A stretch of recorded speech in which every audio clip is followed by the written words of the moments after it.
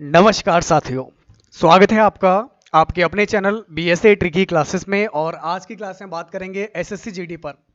दोस्तों SSC GD का आप लोग का जब जो है फॉर्म फिल होने वाला होगा तो आपको बता दिया जाएगा। अभी कुछ बच्चों के कमेंट आ रहे कि सर क्या मई महीने के फर्स्ट वीक में फॉर्म आएंगे। देखा जाएगा, सारी बातें जो है बात की हैं। लेकिन आप लोग मुझे ये बताइए, क्या जब आपका एग्ज़ाम होगा तो क्या उसमें आप सिलेक्शन ले पाओगे? मैं आपसे पूछना चाहता हूँ कि जब आपका एग्ज़ाम होगा, मान लीजिए आज आपका पेपर हो जाता है, तो क्या आप सिलेक्शन ले पाओगे? क्या आपको सिलेक्शन मिलेगा, जॉब मिलेगी, नौकरी मिलेगी, सैलरी हाथ में आएगी, घर बार बढ़िया होगा, एक बढ़िया सा घर होगा, घर के बाहर फोर व्हीलर खड़ी होगी, बढ़िया से आपका जीवन साथी होगा, मम्मी पापा साथ में खुश होंगे? क्या ऐसा कुछ कर पाओगे? देखिए बीएसए ट्रिकी क्लासेस हर कदम पर आप लोग के साथ है। बस आप लोग पढ़ते रहिए, मेहनत करते रहिए। जो होना है जो हो जाने दो, जो करना है सो अभी कर लो। समझ रहे हो आप लोग? जो होना है उसको हो जाने दो, लेकिन जो अभी करना उसको कर लो। फॉर्म कब आएगा कब नहीं आएगा सब बात की बातें हैं, लेकिन जिस दिन फॉर्म आया और जिस दिन मेरा पेपर हो गया, समझ लो जिस दिन भी आप लोग का एग्जाम हो उस दिन जॉब तो छोड़ो, एसएससी वाले घर पर आए तुमको उठा के ले जाएं कि भैया कहाँ थे तुम प्रभु, अब तक मिले नहीं हमें। ऐसा पेपर करोगे, इतने बढ़िया तरीके से कोई भी क्वेश्चन छोड़ा नहीं है। लेकिन ये चीज के लिए आपके अंदर वो होना चाहिए, वो आग होनी चाहिए, वो लगन होनी चाहिए, वो शिद्दत होनी चाहिए। समझ रहे हो आप लोग? तो बहुत ही जो है इंपॉर्टेंट सेशन चल रहे हैं। और अगर ये क्लास आपको इंपॉर्टेंट लग रही हो, हेल्पफुल लग रही हो, तो वीडियो को लाइक कीजिएगा, क्योंकि आपको बता दें नाकामयाब इंसान के साथ कोई रहना नहीं चाहता। नाकामयाब इंसान के साथ कोई नहीं रहना चाहता। हर इंसान को एक कामयाब इंसान की तलाश रहती है। हर इंसान को एक कामयाब इंसान की तलाश रहती है। तो इसके लिए बस पढ़ते रहिए, मेहनत करते रहिए, खुद को यहाँ पर कामयाब बनाने लग जाइए। दुनिया की फिक्र छोड़ दीजिए, एकदम बिल्कुल स्वार्थी बनना है। स्वार्थी नहीं बनना है। स्वार्थी ये नहीं कि दूसरों का छील कर रख लेना है, ठीक है ना, मुंह में राम बगल में छुरी, वो नहीं करना है। स्वार्थी का मतलब ये है कि अपने लिए जितना कर सकते हो वो करो, ताकि खुद को कामयाब बना सको। क्योंकि अगर आप कामयाब हो गए तो आपसे जुड़ा हुआ हर व्यक्ति खुद ब खुद कामयाब हो जाएगा। समझ गए आप लोग? तो चलिए दोस्तों शुरुआत करते हैं आज की अपनी इस क्लास की। और आज की क्लास में बात करेंगे 2021 में आप लोग का अगर पेपर हुआ तो ऐसा ही पेपर देखने को मिलेगा। क्या आएगा पेपर में? केवल 4 सब्जेक्ट। क्या आएगा पेपर में? केवल 4 सब्जेक्ट आएंगे, रीजनिंग, जीके, मैथ और हिंदी। इन 4 सब्जेक्ट में क्या रखा है? लेकिन इन 4 सब्जेक्टों में आपकी दुनिया छिपी है, दुनिया की हर खुशी छिपी है, आप लोग के सपने छिपे हुए हैं, आप लोग का कैरियर छुपा है। किसमें? रीजनिंग, जीके, मैथ और हिंदी में। अगर जीडी में सिलेक्शन लेना है, अगर जीडी में सिलेक्शन पाना है, तो ये 4 सब्जेक्ट आपके बेसिक नीड हैं। ये 4 सब्जेक्ट, क्या नाम है इसका? रीजनिंग, जीके, मैथ, हिंदी, यही आपके सपने को सच बनाएंगे। तो हो जाइए मेरे शेरों और शेरनी तैयार। तो मेरे बीएसए के शेर और शेरनी, कोई परफेक्ट नहीं होता, सब अनपढ़ है, हम भी जाहिल अनपढ़ गवार हैं, समझ लो, कोई किसी को कुछ नहीं आता। लेकिन हम सीख सकते हैं, हम सीख सकते हैं, हम सब कुछ कर सकते हैं। ऐसा कुछ भी नहीं है, कुछ भी नामुमकिन नहीं है जो आप कर नहीं सकते। हर इंसान में दोस्तों कुछ ना कुछ स्पेशल होता है। आप लोग के हाथ की जो उंगलियां हैं उसमें जो लकीरें हैं सबकी अलग अलग होती हैं। अरे एक जैसे चेहरे नहीं होते, सबके चेहरे जब ईश्वर ने अलग बनाए हैं, सबके अंदर कुछ ना कुछ स्पेशल पावर छिपी है। पहचानो अपनी उस पावर को, जिसके जरिए पर, जिसकी वजह से तुम आज दुनिया में छाने वाले हो, दुनिया में कामयाब होने वाले हो। सोच कर तो देखो, यहां पर अगर आप कामयाब होते हो, ये तो जीडी की जॉब है, छोटी सी जॉब है, लेकिन शुरुआत ऐसे ही होती है। आपकी जीडी में जॉब लगी, फिर आपने यूपीएससी की तैयारी करना शुरू किया, उसमें आप लोग आईएएस आईपीएस वगैरह बन गए, आगे 4 पुलिस वाले चल रहे हैं, पीछे चल रहे हैं। आप अगर पैदल चल रहे हैं तो सिक्योरिटी में साथ में चल रहे हैं, गाड़ी आप लोग को अलग मिल रही है, जहां जा रहे हैं वहां फ्री जा रहे हैं। हर जगह आप लोग के लोग पैर छूने के लिए आ रहे हैं, हर जगह आप लोग का इज्जत है, मान है, सम्मान है। तो इतनी मेहनत करना है, खुद को पहचानो, आप सब कुछ कर सकते हो। दुनिया में आपसे बेहतर इंसान आज तक बना ही नहीं है।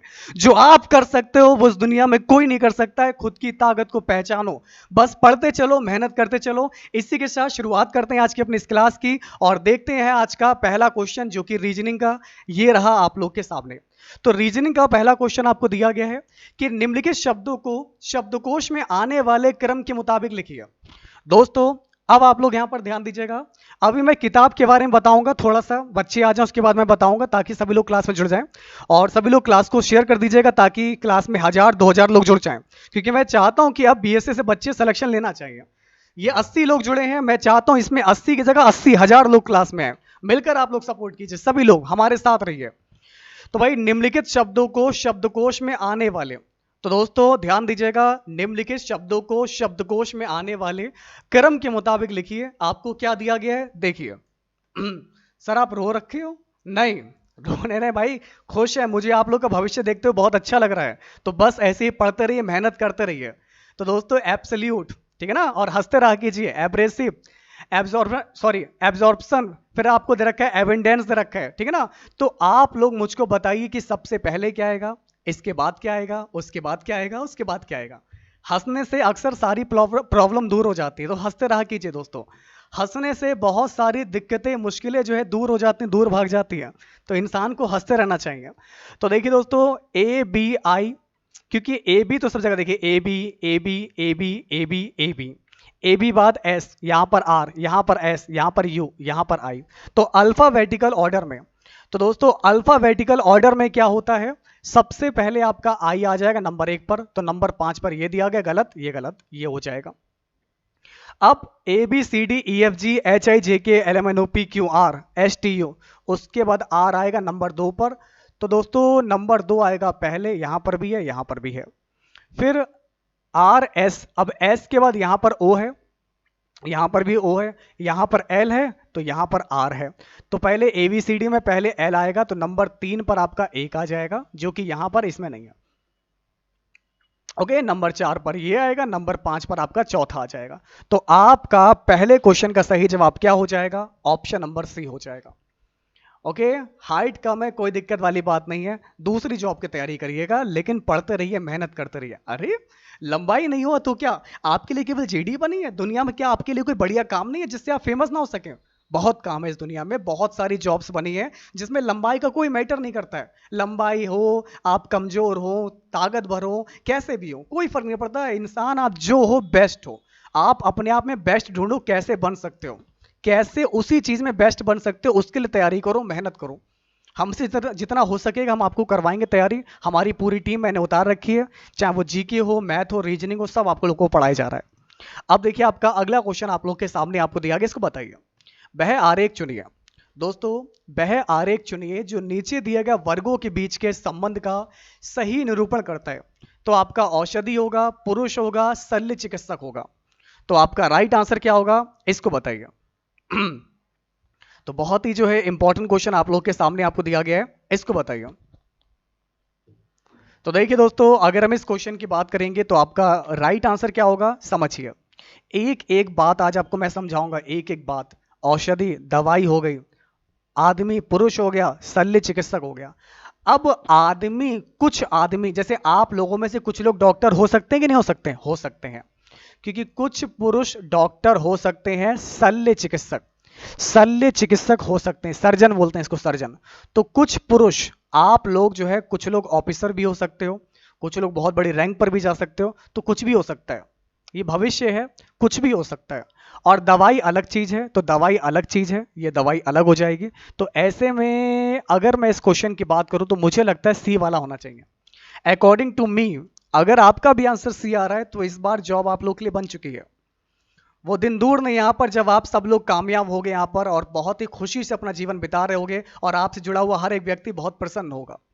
ओके, तो खुद को किसी से कम मत समझना, पढ़ते रहिएगा, मेहनत करते रहिएगा, क्योंकि आपकी मेहनत ही, आज की किए गए कर्म ही जो है दोस्तों आगे आप लोग के भविष्य को सुधारेंगे। ओके, और जिसने आज का समय गवा दिया, जिसने 18 से 25 साल की उम्र बर्बाद कर दी, आगे की जिंदगी खराब हो गई। जो आज बेकार करेगा उसका भविष्य बेकार हो जाएगा, जो आज मेहनत कर लेगा, खुद को झोंक देगा उस आग में, उसका भविष्य आगे जो है साकार हो जाएगा, जिसके लिए आप क्लास में आए हुए हो। तो दिए गए प्रश्न में 4 आकृतियां आपको दी गई हैं, जिसमें से 3 किसी ना किसी एक गुण के आधार पर समान है, और एक आपका सर्व प्रकार से अलग है, एक आपका सबसे अलग है। तो सबसे अलग आकृति का चुनाव कीजिए और बताइए कि आपका राइट आंसर क्या होगा, बताइए। गौर से देखिए इस चित्र को, बिल्कुल ध्यान से देखिए और बताइए सबसे अलग क्या होगा। तो सबसे अलग आपका डी होगा, क्यों? क्योंकि बाकी सभी में पैरेलल लाइनें दे रखी हैं, बाकी सभी में आप लोग का पैरेलल लाइनें दे रखी हैं, जैसे ये पैरेलल, ये पैरेलल, ये पैरेलल, बट यहां पर पैरेलल लाइनें नहीं है। तो अगर हम इस क्वेश्चन की बात करेंगे तो आपका राइट आंसर क्या हो जाएगा, ऑप्शन नंबर डी आ जाएगा। अगला क्वेश्चन आप लोग के सामने आपको दिया गया है, इसको बताइए। नेक्स्ट क्वेश्चन बहुत ही इंपॉर्टेंट है, एंड इस क्वेश्चन में मिरर इमेज, बहुत सारे बच्चे मुझसे सिलेबस पूछते रहते हैं। क्या होता है सिलेबस? किसी भी चीज को पढ़ने से पहले सिलेबस से अच्छा है पेपर को देखें। आखिर हमसे पहले जो बच्चे थे, जिन लोगों ने जीडी को क्वालिफाई किया है, उनके इंटरव्यूज देखिए। ओके, उसके अलावा जो प्रीवियस पेपर उसमें कैसे क्वेश्चन पूछे गए वो मैं आपको बताता हूं कि ऐसा पेपर आता है, ये पेपर है, ऐसा पेपर में ये क्वेश्चन आएगा, इस टॉपिक को बोलते हैं मिरर इमेज वाला। ओके ना? तो verbal reasoning, non verbal reasoning दोनों पढ़ना है, सब कुछ पढ़ना है, सारे टॉपिक इंपॉर्टेंट है। ओके ना? अब देखिए, तो अगर हम इस क्वेश्चन की बात करूंगा तो ध्यान दीजिएगा, यहां पर आपका सही जवाब क्या होगा। ये है आपकी इस तरीके से लाइनें जा रही हैं, तो यहां पर शीशे में देखें दोस्तों लाइनें इधर भी जाएंगे, तो यहां पर तो ऐसा है नहीं, लेकिन इसमें मुझे ऐसा दिख रहा है सी वाले में, इसमें भी नहीं है, इसमें भी नहीं है, और इसमें लाइनें तो वो वर्टिकल है, हॉरिजेंटल नहीं है। तो अगर आपका आंसर सी आ रहा है तो बिल्कुल राइट है। बाकी लोग भाई कितने रह गए, जितने भी हो क्लास को शेयर करें, लाइक करें और मिलकर आप लोग सपोर्ट करें। जितने भी लोग क्लास को देख रहे हैं, मैं चाहूंगा दोस्तों अगर आप लोग मिलकर सपोर्ट करने पर आ जाएंगे ना, अपने पर उतर आएंगे ना, ये 123 कुछ भी नहीं है, 1200 1500 हजारों लोग जुड़ चुके होंगे क्लास में, अगर आप अपनी पर उतर आए तो। और जब आप अपनी पर उतर आएंगे, अगर हम अपनी पर उतर आए ना, तो इस बार सफलता दिलाने के लिए, यहाँ पर सिलेक्शन लेने के लिए जो है, सिलेक्शन देने के लिए एसएससी वाले खुद घर पर चल के आ जाएंगे। एक बार आप क्लास में आओ तो सही, पढ़ो तो सही, सिलेक्शन होगा कैसे नहीं, आपका जरूर होगा। अब आपका अगला क्वेश्चन आप लोग के सामने, इसको देखिए। नेक्स्ट क्वेश्चन आप लोग के सामने आपको दिया गया है, बताइए जैसे किसी भाषा में रिप्लाई को ये लिखा जाता है, तो उसी संकेत भाषा में क्वेश्चन को कैसे लिखा जाएगा। राम राम खुश रहो, कामयाब बनो, एक कामयाब इंसान बनो, राम राम खुश रहिए, ठीक है ना। तो देखिए दोस्तों, रिप्लाई का कोड आपको दे रखा है OHMOV।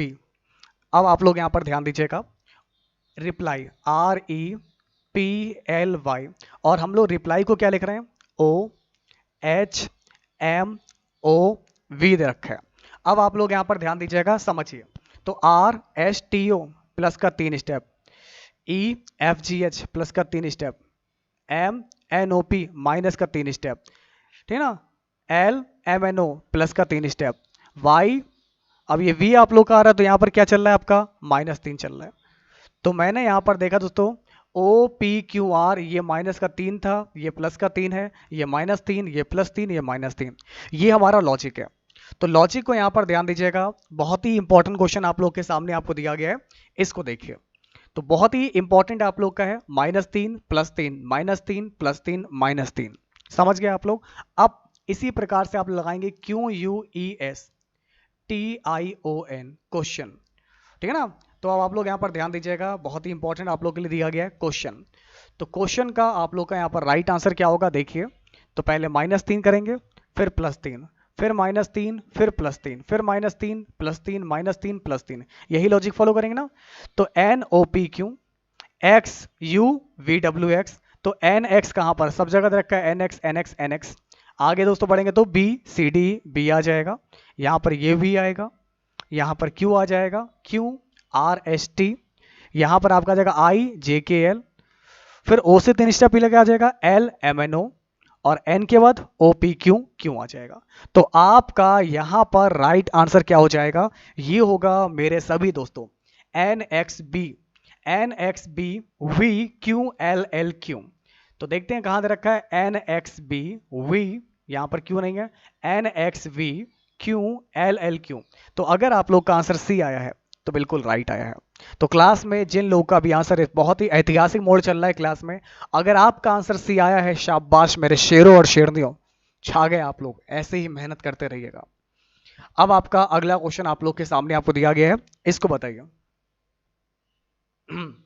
नेक्स्ट क्वेश्चन आप लोग के सामने आपको दिया गया है, ध्यान दीजिएगा साथियों। अब आपका नेक्स्ट क्वेश्चन आप लोग को दिया गया है, ध्यान दीजिएगा।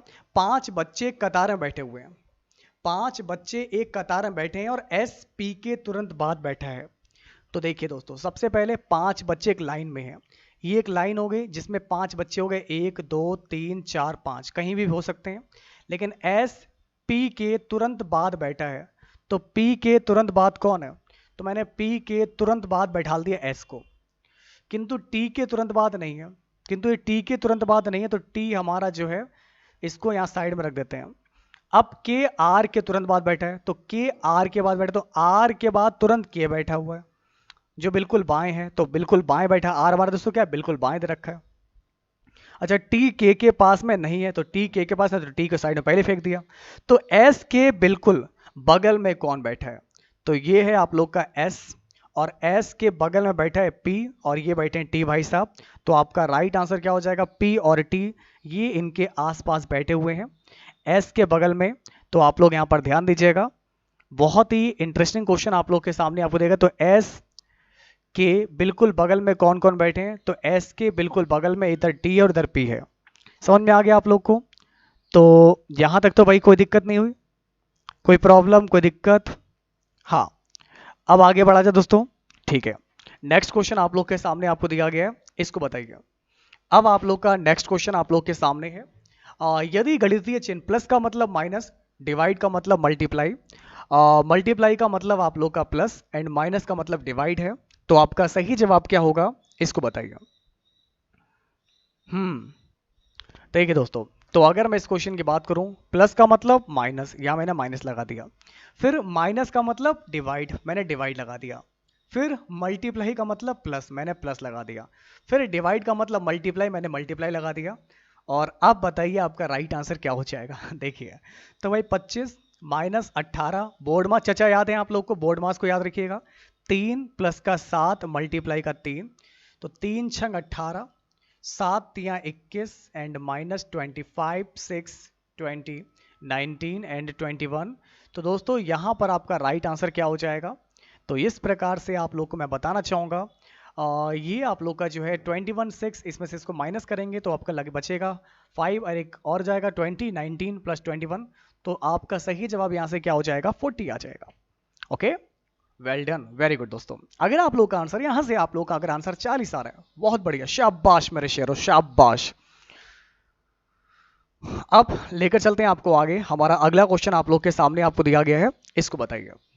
नेक्स्ट क्वेश्चन आप लोग के सामने आपको दिया गया, इसको बताइए। पढ़े कहीं भी, ओके, लप्सना जो भी नाम है आपका, पढ़े आप कहीं भी, लेकिन बीएसए ट्रिकी क्लासेस पर जो मैं पेपर आपको प्रोवाइड करा रहा हूँ, इन पेपर को जरूर सॉल्व कीजिएगा। एक दिन आएगा दोस्तों जब मैं आप लोग को यूपीएससी के पेपर भी आगे चलकर सॉल्व करवाऊंगा, ठीक है ना। अभी तो मैं आप लोग को जीडी एमटीएस जो भी बच्चे मेरे पास हैं उन्हीं की मैं करा रहा हूँ, आगे मैं और भी पेपर आप लोग को सॉल्व करवाया करूंगा। तो बस पढ़े कहीं भी, लेकिन बीएसए ट्रिकी क्लासेस को भूलना मत, ओके ना। अब हमारा जो है बहुत ही इंपॉर्टेंट क्वेश्चन आप लोग के सामने आपको दिया गया है। निम्नलिखित विकल्पों में से वह शब्द चुनिए जो दिए गए शब्द के अक्षरों का प्रयोग करके नहीं बनाया जा सकता। इंटेलिजेंस, तो इंटेलिजेंस का आप लोग का क्या होगा भाई, कौन सा जो है प्रयोग करके नहीं बनाया जा सकता, इंटेलिजेंस। तो जेंटल बन जाएगा, GENTLE बन जाएगा, टीन बन जाएगा तो TEEN बन जाएगा, ग्रीन बन जाएगा, GR नहीं है। तो दोस्तों अगर मैं इस क्वेश्चन की बात करूंगा तो ग्रीन नहीं बनेगा। क्यों नहीं बनेगा, क्योंकि इसमें मेरा आर नहीं है। क्यों, क्योंकि इसमें मेरा आर नहीं है, इसलिए आपका राइट आंसर हो जाएगा ग्रीन हो जाएगा। समझ में आ रहा है आप लोग को? अब देखिए आपका नेक्स्ट क्वेश्चन आप लोग के सामने है, कंप्लीट कीजिए इस रूटीन को। तो एक आप लोग के सामने ये दे रखा है, अक्षर श्रृंखला दे रखी है, और इस श्रृंखला को आपको कंप्लीट करना है और बताना है कि आपका राइट आंसर क्या हो जाएगा। हंसते रहिए, मुस्कुराते रहिए और पढ़ते रहिए हमारे साथ में। हाँ, तो दोस्तों A B blank A blank B blank A blank B B A, क्या लगता है आपको इस क्वेश्चन का सही जवाब क्या होना चाहिए? Yes, you are right, very good class, बहुत बढ़िया। तो देखिए अगर मैं इस क्वेश्चन की बात करता हूं तो पता है लॉजिक क्या है, आगे देखिए क्या लगा है, डबल बी ए लगा है तो डबल बी बना दिया, तो ये आपका दोस्तों क्या हो गया, अब्बा आ गया। मतलब A double B A, logic है दोस्तों, ठीक है ना। तो ए डबल बी ए ये आ गया और ए डबल बी ए ये आ गया। तो दोस्तों लॉजिक आपका क्या, लॉजिक आपका है ए बी बी ए, ये आप लोग का लॉजिक है। नहीं सर मैं व्हाट्सअप नहीं चलाता हूँ। तो व्हाट्सअप की बात कर रहे हैं, व्हाट्सअप आप टेलीग्राम को ज्वाइन कर लीजिए, ठीक है ना। कोई दिक्कत वाली बात नहीं है, मैं जानता हूं कि आपका जो है सोशल मीडिया सर्कल इतना बड़ा नहीं है, कोई दिक्कत वाली बात नहीं है। आप आए बहुत आए, बस इतने ही काफी है, ओके ना। तो शेरों की जरूरत है, बीएसयू को शेरों की आवश्यकता है। भीड़ तो दोस्तों भेड़ियों की भी होती है। तो यहाँ पर क्लास में मुझे शेर चाहिए, शेर बच्चे चाहिए, बिल्कुल जो शेर हो, जो कुछ भी कर गुजरने के लिए बिल्कुल तैयार हो। उनको जितना भी पढ़ाएं, चाहे ठोक ठोक के पढ़ाया जाए, पीट पीट के पढ़ाया जाए, लेकिन वो पढ़ने के लिए, वो हार मानने वाले बच्चे मुझे नहीं चाहिए, ठीक है ना। तो हार मानने वाले बालक नहीं चाहिए मुझे, मुझे चाहिए बिल्कुल बीएसए में शेर, जो बस जितना पढ़ा रहे हैं, जितनी क्लास करवा रहे हैं वो सब पढ़ते जा रहे हैं, उनको तैयार कर रहे हैं, उनको याद कर रहे हैं, तो सिलेक्शन उन्हीं लोगों का होगा भी। एरो गैरो नथु गैरो का नहीं होने वाला है यहाँ पर, हो गया ना, क्योंकि सफर में आते बहुत लोग हैं, कामयाब कुछ ही लोग होते हैं। तो दोस्तों आपका राइट आंसर क्या होगा? तो पहले आपका बी मिल गया, सेकंड रो से आपका ए भी मिल गया, एंड थर्ड पार्ट से आपका ए मिल गया। तो आपका सही जवाब क्या हो जाएगा? बी ए, आपका सही जवाब हो जाएगा बाबा। तो यहां से आप लोग का, अगर मैं इस क्वेश्चन की बात करूंगा तो आपका राइट आंसर क्या होगा? बी ए। तो जिन लोग का भी आंसर आ रहा है बी ए आ रहा है, बिल्कुल राइट है, वेरी गुड दोस्तों। हाँ, शेर हो या शेरनी हो, मुझे बीएसए में ऐसे ही लोगों की आवश्यकता है। अब हमारा अगला क्वेश्चन आप लोग के सामने आपको दिया गया है, इसको बताइए दोस्तों। नीचे दिए गए, अब आप लोग यहां पर ध्यान दीजिएगा, नीचे दी गई प्रश्न आकृतियों में, अब आप सभी लोग मुझको बताइए, नीचे दिए गए प्रश्न आकृतियों में दिखाए अनुसार कागज को मोड़ने और छेद करने तथा खोलने के बाद वह किस उत्तर आकृति जैसा दिखाई देगा, यह आप सभी को बताना है। तो आइए इसको बताइए, क्या लगता है आप लोग को यहां पर सही जवाब क्या हो जाएगा? ऑप्शन ए होगा, ऑप्शन बी होगा, सी होगा, या फिर आप लोग का डी हो जाएगा? बताइए, देखते हैं आप लोगों में से कौन बताता है आपका सही जवाब क्या हो जाएगा। हाँ, तो देखिए दोस्तों, मेरी बात पर गौर फरमाइएगा, लॉजिक क्या है, ये अगर कट लगा रहा है तो दोस्तों ये कट हमारा इधर कंप्लीट करेगा, एंड ये कट कंप्लीट करेगा, तो डबल कट तो यहाँ पर बन चुके हैं मेरे यहाँ पर, इधर डबल कट है ही नहीं, इधर भी डबल नहीं, इधर भी डबल नहीं है। दूसरी बात दोस्तों, ये बॉक्स हमारा कंप्लीट करेगा, डबल कट इधर लगेगा, साइड में दोस्तों एक चौक जो लगेगा, ये साइड कट है, ये साइड कट, ये साइड कट, साइड कट 4 आ जाएंगे। तो कुछ भी कर लो आप लोग, कुछ भी कर लो, आपका आंसर ए आएगा। ओके, कुछ भी कर लो, अगर आपका आंसर ए आ रहा है तो ही आप बिल्कुल राइट बता पा रहे हो, अदरवाइज सबके सब गलत हो। भेड़ चाल से बच जाओ आप लोग, बहुत दिन हो गए मुझे समझाते समझाते। अब इन भैंस की चालों से, भेड़ की चालों से बचो और शेर की चालों में आओ, क्योंकि शेर को पता होता है कि कब उसको शिकार करना है, कब उसको जीतना है। और भेड़ वाले लोग होते हैं ना, गधे की चाल चलते, गधे की चाल से। गधे की चाल का मतलब आप लोग समझते हैं ना, दिन रात मेहनत करते हैं, इतनी मेहनत, ये मार पत्थर तोड़ रहे हैं, कभी ये कर रहे हैं, कभी वो कर रहे हैं, और इतने से रुपया मिलते हैं उनको, इतने से मुट्ठी भर रुपया भी नहीं कमा पाते हैं। शेर की चाल से चलोगे, जब जरूरत होगी शिकार करोगे और एक बड़ा हाथ मारोगे, बड़ा हाथ। तो मेरे शेरों और शेरनियों, बड़ा हाथ मारना है जिंदगी में ना, कामयाब होना है ना, तो बिल्कुल शेर की चाल चलो और इन भेड़ों बकरियों की चाल से बचो। आप अपने दिमाग खुद लगाओ। आपके पास दिमाग नहीं है, दिमाग की जगह भेजा रखे हुए हो क्या? फ्री का दिमाग है ना, तो कर सकते हो आप लोग, मेहनत करो। आपके पास ईश्वर ने दिमाग दिया है, उसको चलाओ, या उस दिमाग का कहीं गलती इस्तेमाल करोगे? पढ़ाई लिखने के लिए दिमाग नहीं है आपके पास, जो दिमाग आप लोग के पास है उसको सही तरीके से प्रयोग करो। अब देखिए हमारा अगला क्वेश्चन आप लोग के सामने है, इसको देखिए। इंटरनेट हमारे जीवन का अभिन्न अंग बन गया है। दोस्तों, इंटरनेट हमारे जीवन का अभिन्न अंग बन गया है, नंबर 1 कथन दिया गया है। नंबर 2, फिर भी इंटरनेट एक वरदान है या अभिशाप है, इस पर निरंतर बहस जारी है। तो दोस्तों हाँ, ऐसे ही क्वेश्चन आएंगे, यकीन मान लीजिए। तो इंटरनेट हमारे जीवन का एक अभिन्न अंग है, हम बात को मानते हैं, क्योंकि इंटरनेट के बिना हम लोग कुछ नहीं कर सकते, ना हमारी क्लास हो सकती है, ना आप लोग पढ़ पाओगे, बिना इंटरनेट के कुछ नहीं कर सकते। तो इंटरनेट हमारे जीवन का अभिन्न अंग बन चुका है। फिर भी इंटरनेट एक वरदान है या अभिशाप है, इस पर निरंतर बहस जारी है। अगर आप इंटरनेट का गलत प्रयोग करेंगे तो इससे आपको खामियाजा भुगतना पड़ सकता है, लेकिन इंटरनेट वरदान है आपका कैसे है? अगर आप इंटरनेट का सही तरीके से प्रयोग करें, अपने ज्ञान को वर्धन करने में, ज्ञान को बढ़ाने के लिए अगर आपका इसका उपयोग करें, तो इंटरनेट आप लोग के लिए फायदेमंद हो सकता है। खैर, आपके निष्कर्ष आपके सामने हैं। इंटरनेट के बिना जीवन की कल्पना करना मुश्किल है और इंटरनेट पर लगातार बहस अनावश्यक है। देखिए, ये आवश्यक अनावश्यक इससे कोई फर्क नहीं पड़ता, ये सब फालतू के काम है। लेकिन आज के जीवन में, कोरोना काल जैसे टाइम में, सारी कोचिंगें बंद हो चुकी हैं, सब कुछ ऑनलाइन होता जा रहा है, ऑफलाइन सारा काम ठप हो गया है। आज अगर इंटरनेट नहीं होता तो आप लोगों को पढ़ने में बहुत असुविधा होती। ये तो को बीएसए का साथ है तो आप लोग को सारी क्लासेस मिल पा रही हैं, वो भी बिल्कुल फ्री में, कोई पैसा नहीं आप लोग को देना है। वरना यही सब क्लासेस जब आप लोग पढ़ो, कहीं कोचिंग करो ना, तो भारी भारी फीस, बहुत मोटी मोटी फीस की रकम भरनी पड़ती है, तब भी जाकर आप लोग को क्लास में समझा नहीं देता, कोई ध्यान नहीं देता है। पढ़ाएंगे चले जाएंगे, लेकिन यहाँ पर आप लोग को ऐसा प्लेटफॉर्म है जो आपको सब कुछ फ्री में प्रोवाइड करा रहा है। आप पढ़िए, मेहनत करिए, बीएसए ही आपको सफलता दिलवाएंगे इस बार। तो आपका पहला सही, दूसरा गलत है, आपका राइट आंसर हो जाएगा। निष्कर्ष पहला वाला हमें जो है सही नजर आता है।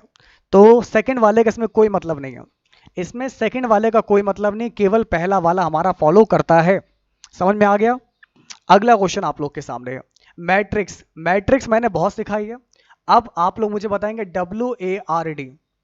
WARD जो है, इसके लिए आपका क्या लगता है मैट्रिक्स में करेक्ट आंसर क्या होगा, कोड क्या होगा, बताइए।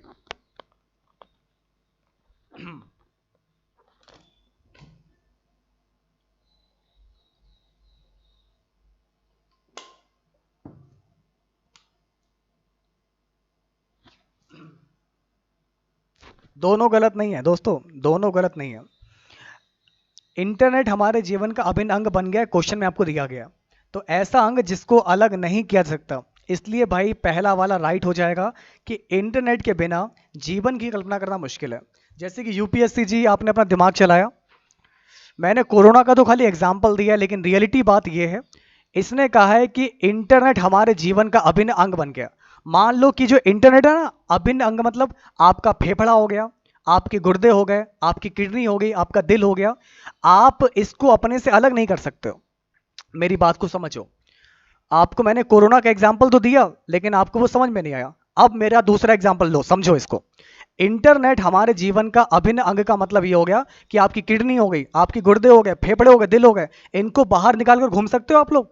बिना दिल की जिंदगी, बिना फेफड़ों की, बिना किडनी की जिंदगी कैसे होगी, नहीं हो सकती ना। इसलिए इसलिए इंटरनेट के बिना, दिल के बिना, फेफड़ों के बिना, किडनी के बिना जीवन की कल्पना करना मुश्किल है। फेफड़ों के बिना जीवन की कल्पना करना मुश्किल है, इसलिए पहला वाला होगा, पहला वाला होगा, कंफर्म है ये। जो कह दिया सो कह दिया, बदल नहीं सकता।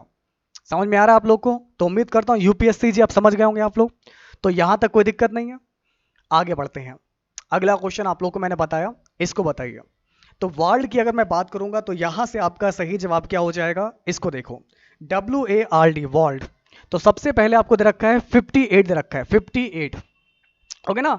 तो आप लोग यहां पर ध्यान दीजिए, 58 तो 5 नंबर की रो है और 8 नंबर का कॉलम है, ये W मिल गया, तो यहां पर आपका W आ गया। समझ रहे हैं आप लोग?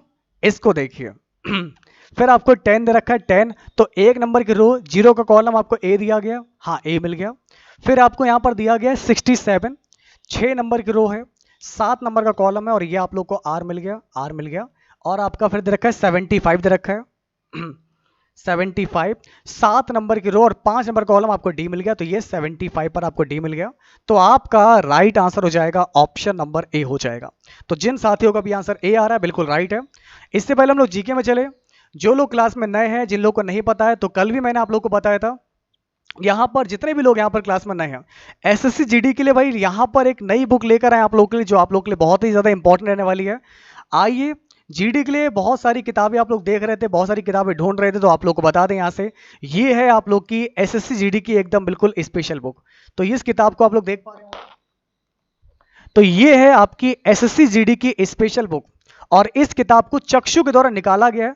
ये किताब बहुत आपके एग्जाम के लिए लाभदायक सिद्ध हो सकती है।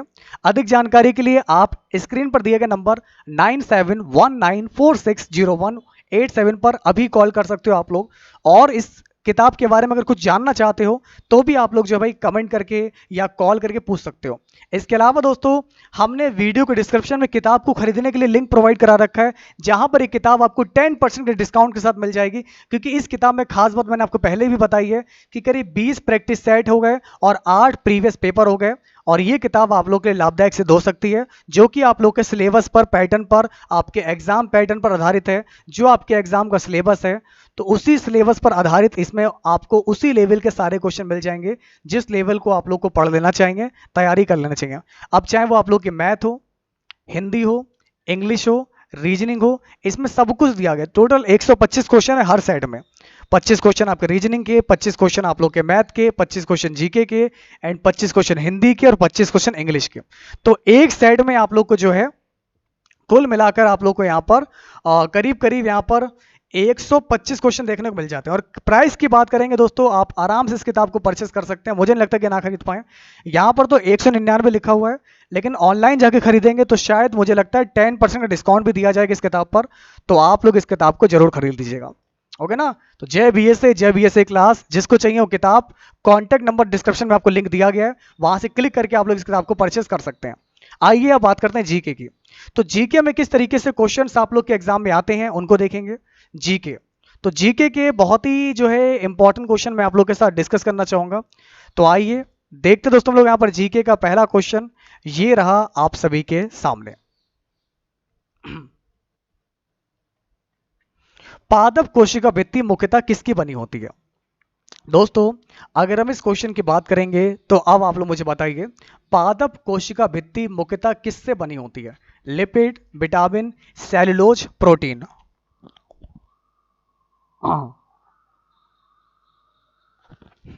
बिल्कुल भाई, हम कौन होते रोकने वाले? हम कौन होते हैं इस काम में रोकने वाले? जरूर कीजिए, अच्छे नेक काम में भले काम में देरी कैसी, जरूर करिए। ओके ना, बुरे काम को जितना टालो उतना अच्छा है, लेकिन अच्छा काम जितना जल्दी कर सको उतना बढ़िया है। तो जितना जल्दी कर सको उतना अच्छा है, और बुरे काम को जितना टालो उतना अच्छा है। तो पादप कोशिका भित्ति मुख्यतः किससे बनी होती है? दोस्तों पादप कोशिका भित्ति मुख्यतः किससे बनी होती है? आइए आप लोगों को मैं इस विषय में बताना चाहूंगा, तो आप लोग जो है इसको नोट कीजिएगा। पादप कोशिका भित्ति मुख्यतः सेल्यूलोज की बनी होती है। अगर मैं बात करूंगा पादप कोशिका भित्ति की, यह आपकी सेल्यूलोज की बनी होती है, और यह बहुत ही जटिल पदार्थ है। सेल्यूलोज पौधों के संरचनात्मक दृढ़ता प्रदान करता है, और कागज निर्माण में भी सेल्यूलोज का प्रयोग किया जाता है। तो आप लोग याद रखिएगा कि पादप कोशिका भित्ति बनी होती है सेल्यूलोज की, और कागज के निर्माण में भी, दोस्तों कागज के निर्माण में भी कोशिका भित्ति का प्रयोग जो है सेल्यूलोज का प्रयोग किया जाता है। समझ गए आप लोग? तो जिन लोग का भी आंसर सी आ रहा है बिल्कुल राइट है। वेरी गुड क्लास, बहुत बढ़िया। अब आपका नेक्स्ट क्वेश्चन, एमटीएस का मैंने पेपर करवा दिया सीमा जांगड़ जी, आप एमटीएस का पेपर इससे पहले मैंने पढ़ाया है, उसको देख लीजिएगा। नेक्स्ट क्वेश्चन आप लोग के सामने आपको दिया गया है, इसको बताइए। दोस्तों शक्ति का एसआई मात्रक क्या है? शक्ति का एसआई मात्रक क्या है? अगर मैं पावर की बात करूंगा तो पावर का एसआई यूनिट क्या है? वॉट। P बराबर आपका W/T होता है, एंड इसका मात्रक होता है वॉट। ओके, तो जिन साथियों का भी आंसर वॉट आ रहा है बिल्कुल राइट है। वेरी गुड क्लास, तो आपका सही जवाब हो जाएगा वॉट। नेक्स्ट क्वेश्चन आप लोग के सामने है, इसको बताइए। साथियों अब आप लोग का अगला क्वेश्चन आप लोग के सामने आपको दिया गया है, इसको बताइए। दोस्तों निम्नलिखित में से कौन सा एक कोयले का प्रकार नहीं है? ओके ना, तो निम्नलिखित में से कौन सा एक कोयले का प्रकार नहीं है? कौन सा कोयले का प्रकार नहीं है? एंथ्रासाइट, लिग्नाइट, पीट, लौह उल्का। हम नहीं चाहते दोस्तों कि आप हमारा नाम हमारे आधार कार्ड के सब जाने, दुनिया का नाम सबको पता है। हम चाहते हैं कि आप हमारा नाम हमारे काम से जाने, बीएसए क्लास। आप बीएसए सर बोलिए, मुझे वही अच्छा लगेगा। आधार कार्ड पर नाम तो सबके सेम होते हैं, एक नाम के हजारों इंसान हैं। तो मैं अपना नाम नहीं बताता कि मेरा नाम क्या है, उसको छोड़िए। आप इतना याद रखिए कि बीएसए पढ़ा रहे हैं आप लोग को, बीएसए सर हैं, बस इतना अच्छा लगेगा, क्योंकि इंसान की पहचान उसके काम से होती है, ना कि उसके नाम से। एक नाम के हजारों इंसान मिलेंगे आप लोग को, तो नाम को मारिए गोली, और काम की बात करते हैं, ध्यान से पढ़ते हैं। तो निम्नलिखित में से कौन सा एक कोयले का प्रकार नहीं है? ओके ना, निम्नलिखित में से कौन सा एक कोयले का प्रकार नहीं है? एंथ्रासाइट, लिग्नाइट, पीट, या फिर लौह उल्का। तो दोस्तों लौह उल्का, जी हाँ दोस्तों, तो मैंने आप लोग को बताया, बहुत ही इंपॉर्टेंट क्वेश्चन आप लोग के सामने है। लौह उल्का ये कोयले का प्रकार नहीं है, लौह उल्का कोयले का प्रकार नहीं है, जबकि एंथ्रासाइट, लिग्नाइट और पीट ये कोयले की किस्में हैं। तो ये आप लोग की कोयले की किस्में हैं, और एंथ्रासाइट जो होता है, एंथ्रासाइट ये आपका सर्वोत्तम प्रकार का कोयला होता है। एंथ्रासाइट जो आपका होता है ये आपका सर्वोत्तम प्रकार का कोयला होता है। लिग्नाइट की मैं बात करूंगा, लिग्नाइट भूरा कोयला, पीट हमारा कोयला सबसे निम्न कोटि का होता है। तो अगर मैं इस क्वेश्चन की बात करूंगा तो आपका राइट आंसर क्या हो जाएगा? लौह उल्का इसमें सबसे अलग हो जाएगा। बाकी सारे कोयले के प्रकार हैं, सबसे बढ़िया क्वालिटी का जो कोयला होता है ये होता है आपका एंथ्रासाइट होता है। अब हमारा अगला क्वेश्चन आप लोग के सामने आपको दिया गया है, इसको बताइए। नेक्स्ट क्वेश्चन आप लोग के सामने आपको दिया गया है, तो आप लोग यहां पर ध्यान दीजिएगा, बहुत ही जो है इंपॉर्टेंट क्वेश्चन आप लोग के सामने है, इसको देखिए। दोस्तों निम्नलिखित में से कौन सा युग्म गलत है? जैसे कि पारसेक, मैंने आपको पढ़ाए थे कि पारसेक जो है डिस्टेंस का होता है, खगोलीय दूरी। एस्ट्रोनॉमिकल जो आपकी जो दूरियां होती हैं, खगोलीय जो दूरियां होती हैं, और करीब करीब 3.2526 होता है लाइट ईयर के बराबर। एक पारसेक बराबर होता है 3.26 लाइट ईयर के बराबर होता है। बेस्ट तो आप लोगों, जो आपने हमको बेस्ट बनाया, नहीं तो हम में कुछ भी नहीं है। एक सिंपल सा सीधा साधा व्यक्ति हूं मैं, बाकी कुछ भी नहीं है। कहो तो बहुत कुछ आता है, कुछ नहीं आता है। सब कुछ सीखते सीखते धीरे धीरे आया है, वही मैं आपको सिखा रहा हूं। और आप भी ऐसे ही सीखते सीखते बहुत आगे तक जाओगे। आप जितना आगे जाओगे उतना हम कामयाब होते जाएंगे। इसलिए मेरा परम धर्म है, परम कर्तव्य है कि आप सबको, आप लोगों की कामयाबी, आपके लक्ष्य तक पहुंचाना, चाहे उसके लिए हमें कितनी भी मेहनत क्यों ना करनी पड़ जाए। लेकिन अगर आप हमारे साथ हैं, अगर आप बीएसए के साथ हैं, तो आपकी कामयाबी आपसे कोई छीन नहीं सकता। आप कामयाब होकर ही रहेंगे, बना कर ही छोड़ेंगे। जब तक तोड़ेंगे दोस्तों तब तक छोड़ेंगे नहीं। इस बार लक्ष्य ठाना है, मान लिया है कि हाँ, इस बार ठान लिया है कि इस बार आप सबको सिलेक्शन दिलवा कर ही देंगे। तो बस पढ़िए और मेहनत कीजिए। बैरल पता है ना आपको, 159 लीटर होता है ना, तो बैरल होता है लिक्विड का। प्रकाश वर्ष हमारा टाइम का नहीं है, प्रकाश वर्ष दूरी का मात्रक होता है। And 1 light year equal to होता है, कितना होता है, 9.4 से इंटू 10⁻15 मीटर। ये मैंने आप लोग को पढ़ाया है। तो ये डिस्टेंस का है, ना कि समय का है। तो क्या क्या सही था, पहला सही, दूसरा सही, तीसरा गलत। तो पहला सही, दूसरा सही, तीसरा गलत, तो आपका राइट आंसर हो जाएगा ऑप्शन नंबर बी हो जाएगा। अच्छा, अगला क्वेश्चन देखिए। तो मेरे सभी प्यारे मित्रों, अब हमारा अगला क्वेश्चन आप लोग के सामने आपको दिया गया है। दुनिया का प्रथम सुपर कंप्यूटर का नाम क्या है। दोस्तों, दुनिया के प्रथम सुपर कंप्यूटर का नाम क्या है। CDC 6600, यूजनेट 20, कोमोडोर विक या परम 10,000। क्या लगता है आप लोग का इस क्वेश्चन का सही जवाब क्या होगा। इसको देखिए। हाँ, बिल्कुल आपने सही बोला। देखिए दोस्तों, दुनिया के पहले सुपर कंप्यूटर की बात हो रही है। दुनिया के पहले सुपर कंप्यूटर की बात हो रही है, और सुपर कंप्यूटर का नाम है CDC 6600। सुपर कंप्यूटर आम कंप्यूटर की तुलना में काफी तीव्र गति से चलते हैं, और वर्तमान में तिहाने 1 ये चाइना का दुनिया में सबसे तीव्र सुपर कंप्यूटर है। इस टाइम पता कौन सा सबसे स्पीड वाला है। खैर, पहला वाला तो आपका ये हो गया, CDC 6600 हो गया। लेकिन वर्तमान समय में चाइना वालों के पास है, चाइना वालों के पास है सुपर कंप्यूटर जिसकी स्पीड दुनिया में सबसे ज्यादा है। इसका नाम है तिहाने वस्ट। ये चाइना वालों के पास है।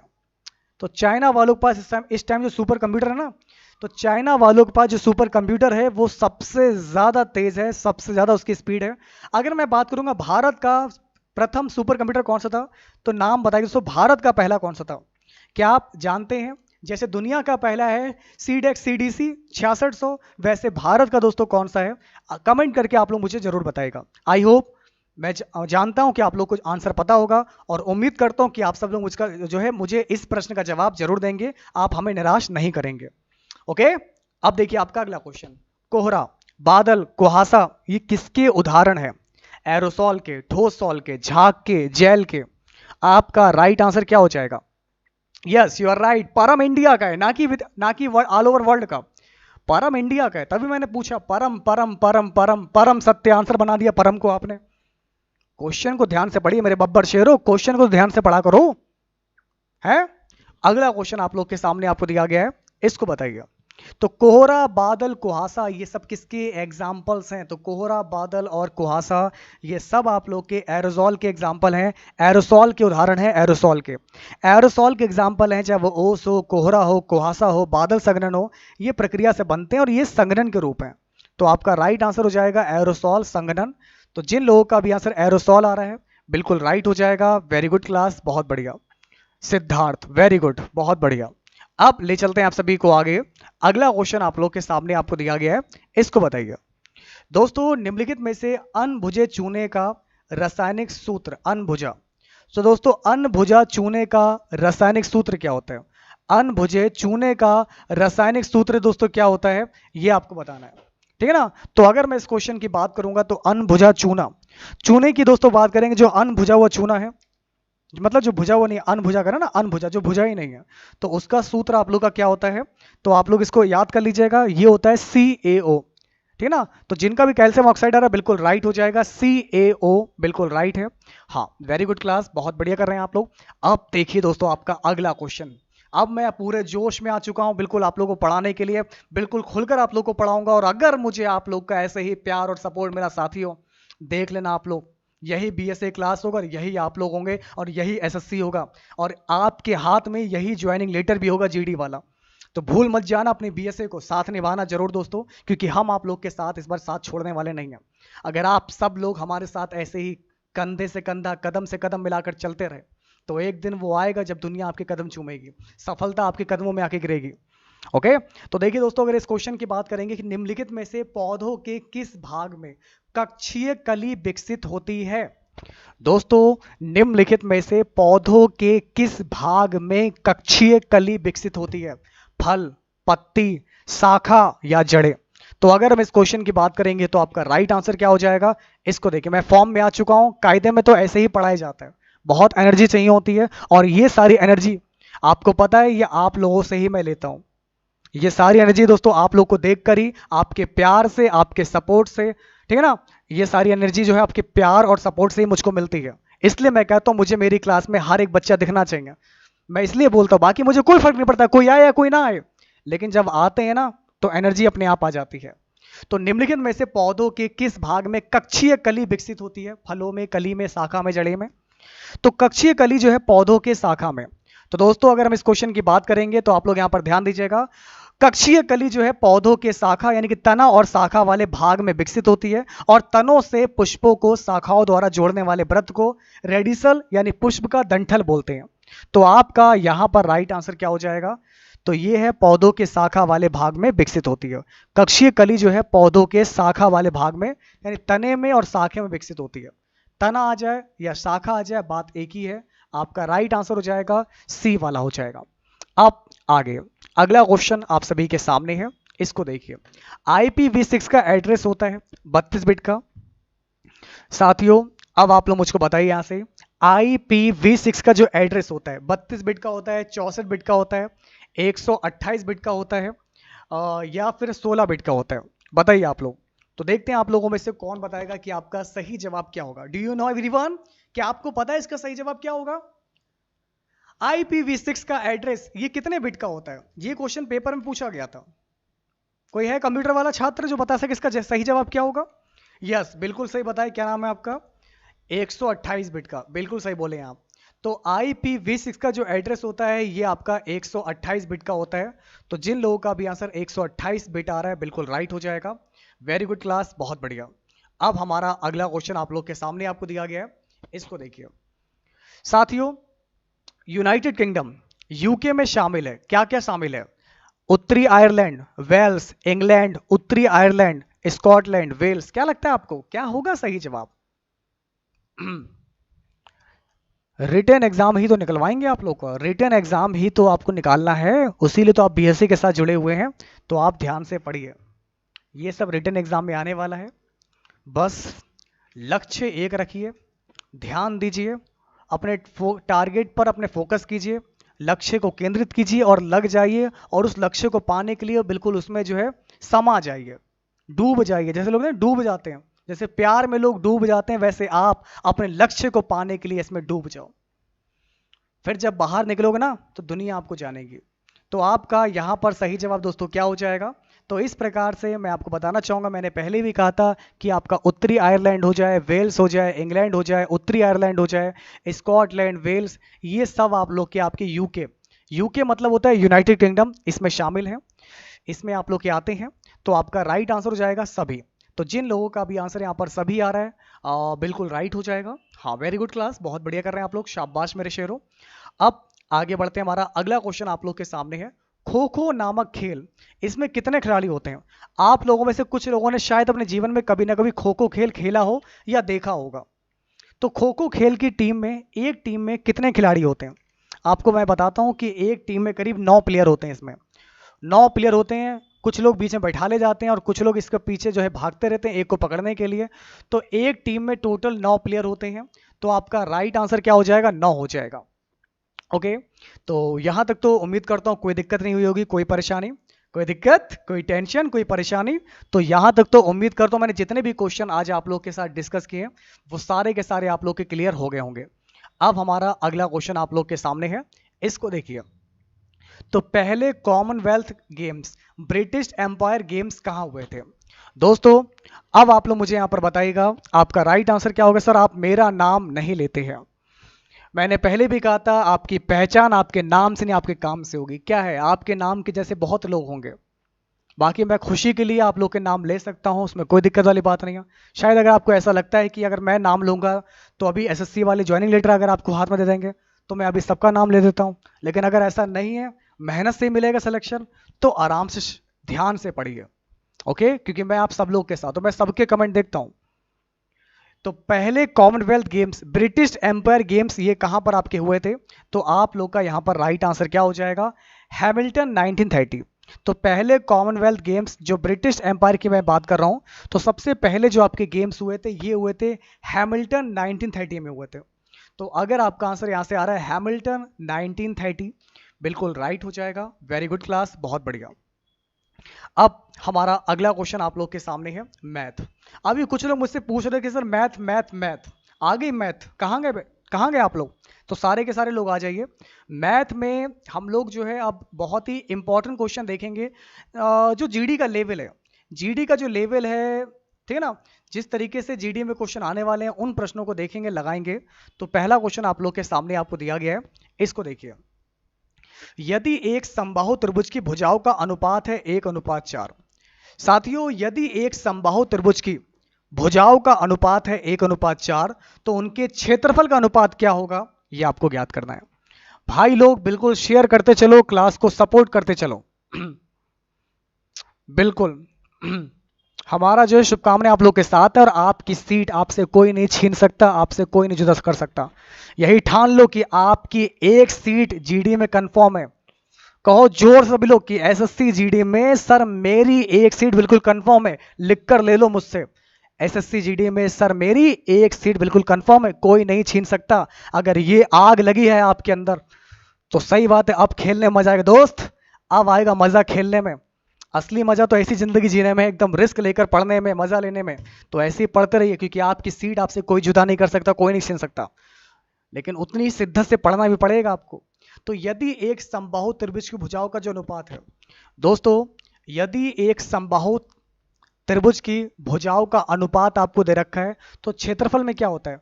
क्षेत्रफल में वैसे मैं आपको एक बात बताना चाहूंगा, फिर मैं छोटी बात भी आपको बताऊंगा। समबाहु त्रिभुज का जो क्षेत्रफल होता है, इक्विलेटरल ट्रायंगल का जो एरिया होता है, इक्विलेटरल ट्रायंगल का जो एरिया होता है वैसे होता है √3/4 होता है। लेकिन अनुपात में पूछ रहा है, तो अनुपात में सिंपल करेंगे, 1 का स्क्वायर 1 और 4 का स्क्वायर डायरेक्ट 16 कर देंगे। तो हमारा आंसर आ जाएगा 1:16 हो जाएगा। तो 1:16 हो जाएगा। तो जिन लोगों का भी आंसर आ रहा है 1:16, बिल्कुल राइट है। वेरी गुड दोस्तों, बहुत बढ़िया। अब हम लेकर चलते हैं आपको आगे। हमारा अगला क्वेश्चन आप लोग के सामने आपको दिया गया है, इसको देखिए। नेक्स्ट क्वेश्चन आप लोग के सामने, फिर पूछा आपने उल्टा जवाब। आप टारगेट से भटक गए, आपने पूछ लिया मुझसे कि सर कितनी सीटें हैं। इसका मतलब है कि आपको अपनी एक सीट पर भरोसा नहीं है। दोस्तों, अगर आपको कामयाब होना ना, तो अपने गिरेबान में झांक कर देखना है। मेरी बात को गलत मत लीजिएगा, अदरवाइज मत लीजिएगा। अपने गिरेबान का मतलब है केवल अपनी सीट से मतलब रखिए। दूसरा कौन बैठेगा, क्या नहीं बैठेगा, कैसे बैठेगा, नहीं मतलब है। आपको अपनी एक सीट से मतलब होना चाहिए। पूछे वही जो ठीक हो, जो आपको दूसरे तक ना ले जाए, आपको आपके लक्ष्य तक रखे। अब आपका अगला क्वेश्चन आप लोग के सामने आपको दिया गया, इसको बताइए। एक टायर में 2 पंचर हैं, एक टायर में आपके 2 पंचर हैं। पहला पंचर अकेला टायर को 9 मिनट में फ्लैट कर देता है, दूसरा पंचर अकेला 6 मिनट में कर देता है फ्लैट। यदि हवा स्थिर गति से निकले, यदि हवा आपकी स्थिर गति से निकले, तो दोनों पंचर मिलाकर उसे कितनी देर में फ्लैट कर देंगे, ये आपको बताना है। तो अगर मैं इस क्वेश्चन की बात करूंगा तो आपका राइट आंसर क्या होगा, देखिए। पहला पंचर 9 मिनट में खेल खत्म, दूसरा पंचर 6 मिनट में खेल खत्म। तो 9 और 6 का एलसीएम 18, 9 दूनी 18, 6 तियां 18। समझ गए आप लोग? अब देखिए दोस्तों, यहां से अगर दोनों लोग साथ में काम करेंगे तो काम तमाम होगा, मतलब पंचर में से हवा निकल जाएगी 18/5 में। तो 18/5 तियां 15, 3 18/5। तो इतने मिनट में दोस्त खेल खत्म हो जाएगा। कोई दिक्कत, कोई टेंशन, कोई परेशानी? तो अगर हम इस क्वेश्चन की बात करेंगे तो ध्यान दीजिएगा, 3 सही 3/5 में खेल खत्म, खेल खत्म, फिनिश, टाटा बाय बाय। ठीक है ना? तो अगर आपका आंसर यहां से आ रहा है 3 सही 3/5 मिनट, बिल्कुल राइट हो जाएगा। अब आपका अगला क्वेश्चन, फ्लैट का मतलब आपका होता है हवा निकलने में पिचक जाना। फ्लैट का मतलब इसमें यह है कि एक टायर है जिसमें हवा भरी हुई है, लेकिन पंचर होने के कारण जो है हवा जो है कितनी देर में निकलती है। तो हवा निकलने के बाद जो टायर जो पिचक जाता है ना, पिचक जाता है हवा निकलने के बाद, तो उस पिचकने वाली कंडीशन को फ्लैट बोला जा रहा है। यहां पर उस पिचकने वाली कंडीशन को फ्लैट बोला जा रहा है। अब ले चलते हैं आपको आगे। अगला क्वेश्चन जीके जर्नल नॉलेज में, ये कब समझेंगे आप? जर्नल नॉलेज में आपकी साइंस, पॉलिटी, जियोग्राफी, अर्थव्यवस्था, इतिहास, संविधान, ये सब कुछ आता है। जीके का समुद्र है दोस्तों, जीके कोई छोटी मोटी चीज थोड़ी ना है। जीके एक समुद्र है, उस समुद्र में से आप लोग को बाल्टी भर का निकालना जो काम की चीजें हैं, और हम वो क्लास करवा भी रहे हैं आप लोग को। ऐसी ऐसी क्लासेस चल रही हैं, अगर आपने पढ़ लिया ना और समझ लिया तो खेल खत्म हो जाएगा और आप होगे इस खेल के विजेता हो जाओगे। अब ले चलते हैं आपको आगे। अगला क्वेश्चन आप लोग के सामने आपको दिया गया है, इसको बताइएगा। अब दोस्तों आपका अगला क्वेश्चन इतना मजेदार है, मजा आने वाला आप लोग को। देखिए, एक विद्यालय की परीक्षा में लड़कों का औसत अंक है 71। क्या बात है। तो दोस्तों यहां पर आपको क्या दिया गया है, ध्यान दीजिएगा। एक विद्यालय की परीक्षा में लड़कों का औसत अंक आपका 71 है। लड़कों का औसत अंक कितना है? 71 है। लड़कियों का 73 है। और परीक्षा में सारे विद्यार्थियों का औसत अंक जो है 71.8 है। तो आप मुझे बताइए कि परीक्षा देने वाले, आप हमको बताइए कि परीक्षा देने वाले लड़कों और लड़कियों का अनुपात क्या हो जाएगा, है ना? तो अगर मैं इस क्वेश्चन की बात करूंगा, भाई फैन तो आप लोग हो ही गए, लेकिन गर्मी बहुत है तो एसी हो जाता तो ज्यादा अच्छा रहता। अगर क्लास में 1000 से 2000 लोग आएंगे तो शायद यहाँ पर एसी लग जाए और फिर आप लोग की क्लास और भी ठंडक भरी रह जाए, मजा आएगा फिर आप लोग को पढ़ते हुए। अब मेरी बात को समझिएगा, जब कभी आपके एग्जाम में ऐसा क्वेश्चन आएगा तो आप लगाएंगे एलिगेशन, आप लगाएंगे एलिगेशन लगाएंगे। 71 ये है बॉयज का, 73 ये है गर्ल्स का, एंड दोनों का है 70.8 है, 71.8 है। अब हम अप्लाई करेंगे एलिगेशन। 71.8 में से 71 घटाएंगे तो आपका 0.8 बचेगा, एंड 73 में 71.8 तो 0.0 लगा लिया। 10 में 2 10 में 8 गया, 2 बचेगा, 2 में 1 गया, 1 बचेगा, 1.2 आ गया। पॉइंट मैंने हटा दिया, 4 तियां 12, 4 दुनी 8, और यही होगा हमारा सही जवाब, 3:2। तो परीक्षा देने वाली जो लड़कियां हैं, जो लड़के हैं, पहले लड़का दे रखा है तो पहले लड़का हो जाएगा, तो लड़का आ गया 3, लड़कियां आ गई 2। तो मैंने पहले लिखा क्या था, 71, ये लड़कों का था, ठीक है, तो आंसर सही दोस्तों। तो ये लड़कों का हो गया अनुपात 3, लड़कियों का हो गया 2। तो ये आपका राइट आंसर हो जाएगा, ऑप्शन नंबर ए आएगा इस क्वेश्चन का बिल्कुल राइट आंसर। अब हमारा अगला क्वेश्चन आप लोग के सामने आपको दिया गया है, इसको बताइए। नेक्स्ट क्वेश्चन की बात करेंगे दोस्तों। टिंकू और पंकज दो लोग थे, कौन कौन, क्या नाम है इनके, नाम भी छाट कर रखे हैं, टिंकू और पंकज। अच्छा, ये लोग क्रमशः 3 किलोमीटर प्रति घंटा और 2 किलोमीटर प्रति घंटा की गति से विपरीत दिशा में चलते हैं। क्या बात है दोस्तों, खेल समझिए दोस्तों, खेल खेल ये हो रहा है सापेक्ष चाल का। जब चालें विपरीत होंगी तो जोड़ देंगे, तो 3 और 2 5, खेल खत्म, तो 5 किलोमीटर प्रति घंटा ये चाल आ गई। समय 2 घंटे, 2 घंटे में ये दूरियां कितनी होने वाली हैं, 2 घंटे में दूरियां कितनी हो जाएंगी, तो आपको दूरी याद करनी है। तो सिर्फ 2 घंटे में ये दोनों दोस्त टिंकू एंड पंकज ये कितनी दूरी पर हो जाएंगे, तो भाई 5 × 2 आपका आंसर आ जाएगा 10 किलोमीटर। खेल खत्म, तो आपका राइट आंसर हो जाएगा 10 किलोमीटर। साथियों वीडियो को लाइक जरूर कीजिएगा, क्लास को शेयर करना बिल्कुल ना भूलेगा। तो आपका यहां पर सही जवाब क्या हो जाएगा, 10 किलोमीटर होगा इस क्वेश्चन का बिल्कुल राइट आंसर। अब लेकर चलते हैं आपको आगे। हमारा अगला क्वेश्चन आप लोग के सामने आपको दिया गया है, इसको बताइए। ये है आज का सबसे बढ़िया सवाल। तो अगर हम इस क्वेश्चन की बात करेंगे तो ये आप लोग के सामने आपको दिया गया है, 4 खिलाड़ियों की औसत आयु है 18.5 वर्ष। तो मेरे तमाम साथियों, क्लास को जितना ज्यादा शेयर कर सकते हो आप लोग मिलकर, क्लास को इतना शेयर करोगे ताकि सभी लोग क्लास को ज्वाइन कर पाए। जो नहीं आए ना, समझो आज एक बहुत बड़ा मौका गवा दिया आप लोगों ने, क्योंकि आज की जो क्लास में आ जाता ना, वो कसम से आग लगा देता। इस बार जीडी के एग्जाम में आग लगा कर आता, लेकिन आज के क्लास को कई लोगों ने मिस कर दिया। खैर बाद में कुछ लोग ऑफलाइन देखेंगे, लेकिन ऑनलाइन का मजा ही कुछ और है। तो 4 खिलाड़ियों की औसत आयु जो है 18.5 वर्ष है। यदि उनके साथ कोच की आयु भी शामिल कर ली जाए, यदि उनके साथ कोच की भी आयु शामिल कर ली जाए, तो औसत हमारा 20%, तो औसत हमारा 20% बढ़ जाता है। तदनुसार कोच की आयु कितनी है, तदनुसार कोच की आयु कितनी है, ये आपको बताना है।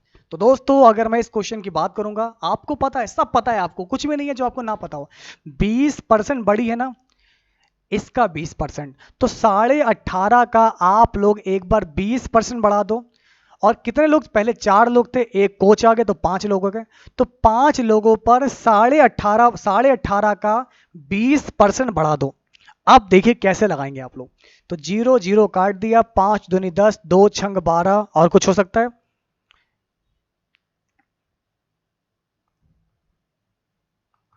111 आ जाएगा। तो दोस्तों इसको मैंने सॉल्व किया, मेरा 111 आ गया। अब चूंकि ये जो है 4 लोग का दे रखा है, 18 चौक 72, आधा था 2, तो 72 2 74 आ जाएगा। तो आपको मैं बताना चाहूंगा कि 4 लोग की 74 है और 5 लोग की 111 है। तो टीचर या जो कोच है, उस कोच की आयु कितनी हो जाएगी? तो मेरे सभी प्यारे मित्रों, अगर मैं बात करूंगा, उस कोच की आयु हो जाएगी 111 में 74 को घटा देंगे, 11 4 कितना बचे आप लोग का यहां से? 7 4 11, 10 7 3, 37 वर्ष होगी कोच की आयु। अगर आपका आंसर 37 आ रहा है तो बिल्कुल राइट हो जाएगा।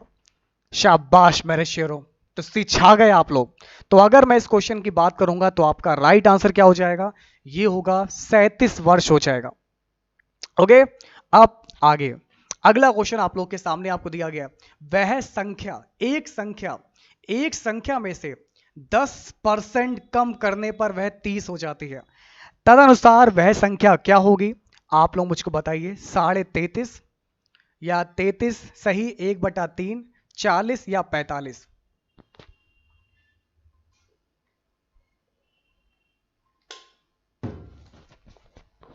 और एक बात अपने दिमाग में दोस्तों डाल लीजिए बिल्कुल, कि आप खुद को किसी से कम मत समझिए, क्योंकि जो आप कर सकते हैं ना, दुनिया में कोई नहीं कर सकता, क्योंकि आपके जैसा इंसान इस दुनिया में बना ही नहीं है।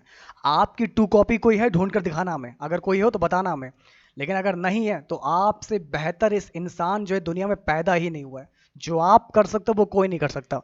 बस पढ़ते रहो, मेहनत करते रहो। आप जो हो बेस्ट हो, आप जैसे भी हो बेस्ट हो, परफेक्ट हो, बहुत बढ़िया हो। बस उन्हीं में जो है अच्छा बनने का प्रयास कीजिए, क्योंकि इस दुनिया में परफेक्ट कोई नहीं है। हर शेर का सवा शेर है, हर शेर का सवा शेर है। तो परफेक्ट के चक्कर में दुख अपने जीवन में मत लाइए, खुश रहिए, और जो भी आपके पास है उसमें बेस्ट करने की कोशिश कीजिए। फिर देखना दुनिया आप लोगों को कैसे जानती है, दुनिया आपके बारे में कैसे पता कर लेती है, कैसे आपको ढूंढ कर आप लोग के पास आ जाती है। कामयाबी आप लोग तक चल कर आएगी, खुद में खुद आ जाएगी। बस आप पढ़ते रहिए, मेहनत करते रहिए। तो दोस्तों एक संख्या में 10% कम किया तो 30 हो गई। वह संख्या क्या है? संख्या x है। 90% किया, संख्या 30 हो गई।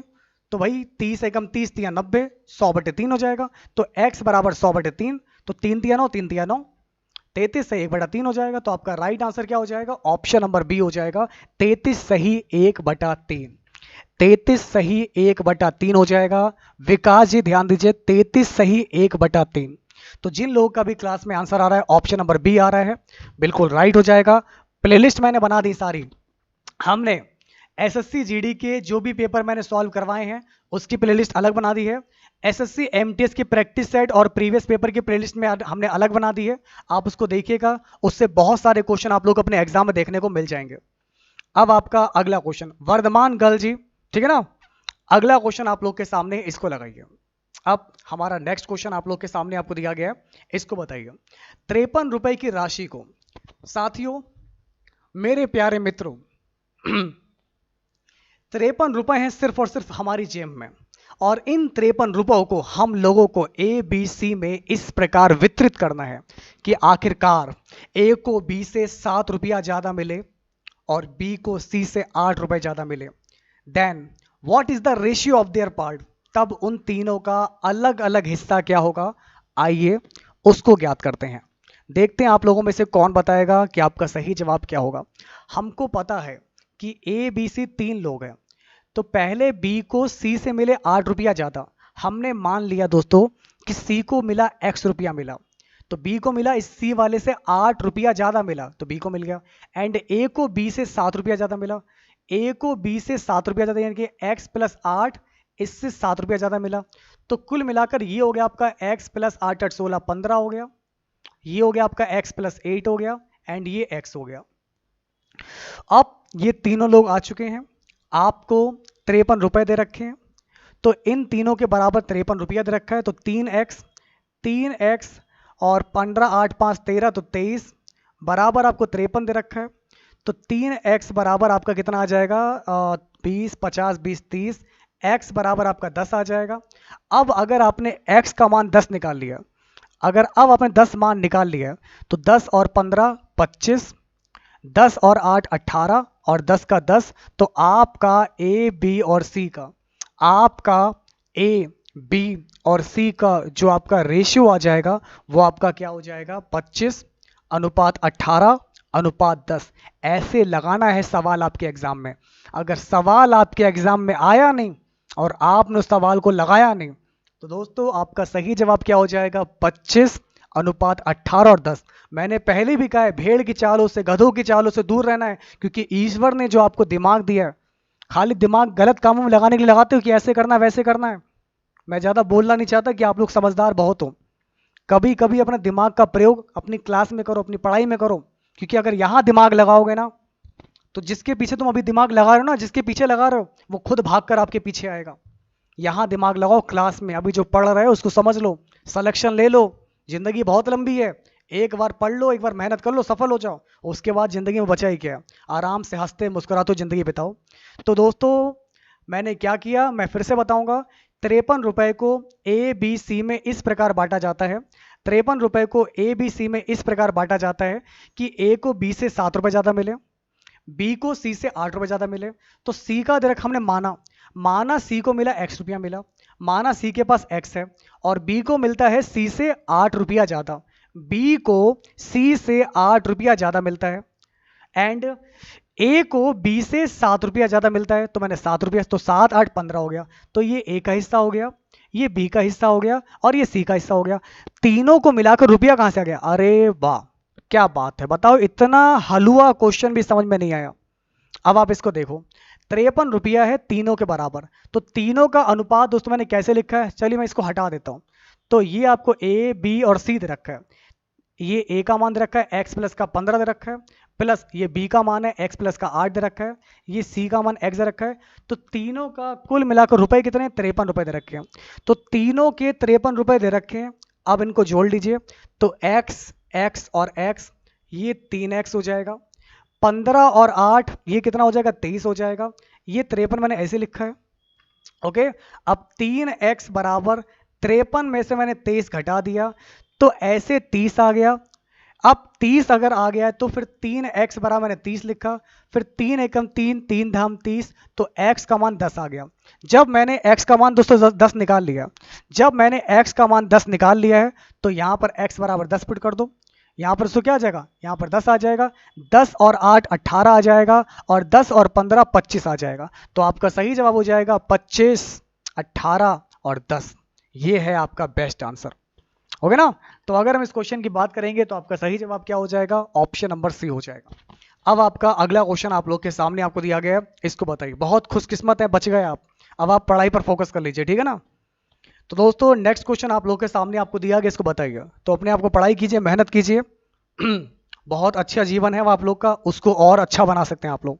अगर जिंदगी में कुछ अच्छा करना चाहते हैं, अच्छा पाना चाहते हैं, खुश रहना चाहते हैं, तो मेहनत जितना हो सके कर लीजिए। अभी जितना अभी कर सकते हैं वो कर लीजिए।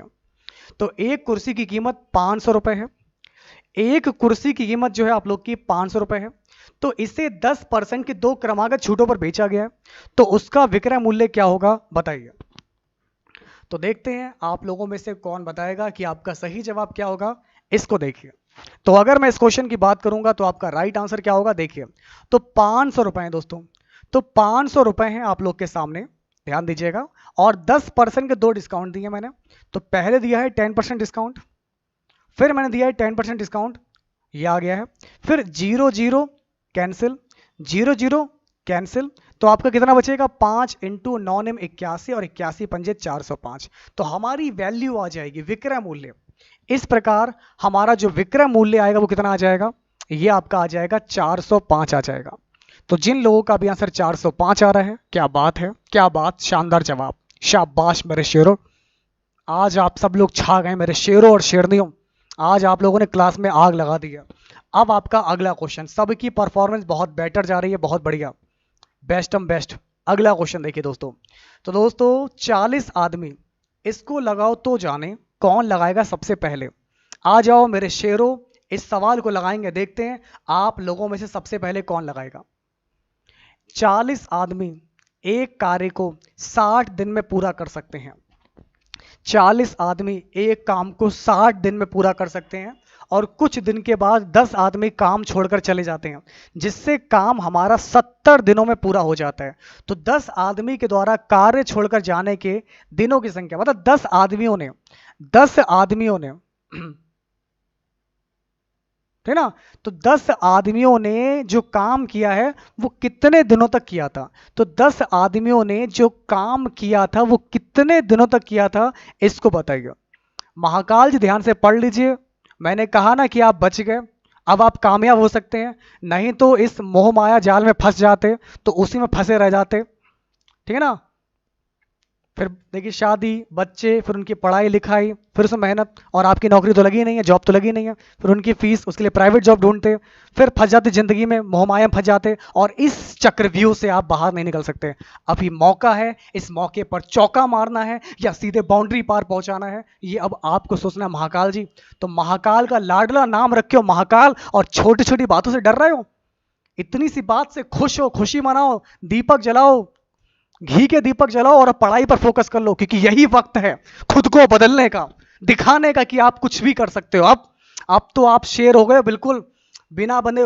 एक होता है जंगल का शेर और एक होता है सर्कस का शेर। अब सर्कस का शेर नहीं रहे, अब आप जंगल के शेर हो गए, जो चाहे वो कर सकते हो। समझ गए आप लोग? तो उम्मीद करता हूं कि अब आप मेरी बात को समझ जाओगे। ठीक है ना। अब इस क्वेश्चन को देखेंगे दोस्तों, बहुत ही इंपॉर्टेंट क्वेश्चन आप लोग के सामने आपको दिया गया है, इसको देखिए। तो 40 आदमी एक काम को 60 दिन में पूरा कर सकते हैं। तो मेरे सभी प्यारे मित्रों, अब आप लोग यहां पर ध्यान दीजिएगा कि 40 आदमी हैं, ये एक काम को 60 दिन में कर सकते हैं, बराबर। अब 40 आदमी जो है आपके 60 दिन तक कर सकते हैं। अब कुछ दिन के बाद 10 आदमी काम छोड़ के चले गए, तो मैंने माना कि 40 आदमियों ने x दिन तक काम किया है। तो दोस्तों मैंने मान लिया कि 40 आदमियों ने x दिन तक काम कर लिया है। तो 40 आदमियों ने x दिन तक काम कर लिया है, प्लस अब बाकी चले गए, 10 छोड़कर चले गए, अब बचे 30 आदमी, और 30 आदमी ने जो बचा काम था उसको 70 दिनों में पूरा कर दिया। तो मेरे सभी प्यारे मित्रों, तो ध्यान दीजिएगा, अब जो आप लोग के 30 आदमी हैं ये काम को 70 दिन में पूरा कर लेंगे। तो क्या लगता है आपको, आपका यहां पर सही जवाब क्या हो जाएगा? कम ऑन एवरीवन, आप कर सकते हैं दोस्तों। बहुत ही इंपॉर्टेंट क्वेश्चन आप लोग के सामने आपको दिया गया है। तो दोस्तों ये है x दिन, और बाकी जो 30 लोग हैं ये करते हैं 70 माइनस x दिन में करते हैं, क्योंकि टोटल आपको 70 दे रखा है। तो मैंने मान लिया कि 40 आदमी x दिन तक कर सकते हैं, तो बाकी जो 30 आदमी ये बचे हुए काम को 70 माइनस x दिन में और करेंगे। अब देखिए, तो 6 चौक 2400, ये ऑप्शन है तो आप लोग के सामने, तो 6 चौक 2400 बराबर 40x, ये आपका हो जाएगा 7 तियां 2100 हो जाएगा, 7 तियां 2100 आ जाएगा, और प्लस और माइनस का 30x हो जाएगा। तो 40 30 ये बचेगा, 10x बचेगा, बराबर इधर 2100 में से 2400 घटाएंगे तो क्या हो जाएगा, तो 2400 में से 21 जोगे तो जाएगा, तो कितना बचेगा, 300 बचेगा। तो x बराबर 30 दिन हो जाएगा। यानी कि मेरे दोस्त खेल पुराना था, और ये मैंने आपको पहले भी पढ़ाया है और आप लोग जानते भी होंगे दोस्तों। तो इस प्रकार 10 आदमियों के द्वारा काम छोड़कर जाने के दिनों की संख्या, मतलब 10 आदमियों ने केवल 30 दिन तक जो है लगे रहे, डटे रहे, उसके बाद ये हिम्मत हार कर काम छोड़कर भाग गए। और आखिरकार इन 10 आदमियों का कोई नाम नहीं है, काम वाले आदमी जो है वो आप लोग के 30 लोग हैं, यही लोग काम किए हैं, मेहनत किए हैं। तो जिन लोग का भी आंसर 30 आ रहा है, बिल्कुल राइट है, वेरी गुड क्लास, बहुत बढ़िया। अब लेकर चलते हैं आपको आगे। अगला क्वेश्चन आप लोग के सामने आपको दिया गया, 2 ट्रेनें हैं, एक ट्रेन इधर एक ट्रेन उधर, एक की चाल है 6x और एक की चाल है 7x। ध्यान से गौर से समझिएगा, यही है वो सवाल जो सीधा आपके एग्जाम में पूछा जाने वाला है। कौन लगाएगा सबसे पहले, कौन लेगा एसएससी जीडी में सिलेक्शन? जोर से बोलो कि सर मैं लूंगा, मैं लगाऊंगा सबसे पहले। जी हाँ दोस्तों, सिलेक्शन किसको चाहिए, हमें या मुझे? आप क्या बोलेगा? अच्छा मुझे एक बात बताइए दोस्तों, एक बहुत छोटी सी बात मैं आप लोगों से पूछना चाहता हूं। अगर मैं आप लोगों से पूछूं कि सिलेक्शन कौन लेगा, तो मैं लूंगा या हम लूंगा, क्या बोलेंगे आप लोग? सिलेक्शन किसको चाहिए, मुझे या हमें? दोस्तों 2 में से आप लोग मुझे कमेंट करके फटाफट बताओ, सिलेक्शन किसको चाहिए, कौन लेगा सिलेक्शन? हम लेंगे या मैं लूंगा? क्या आता है आप लोग के अंदर से, देखते हैं।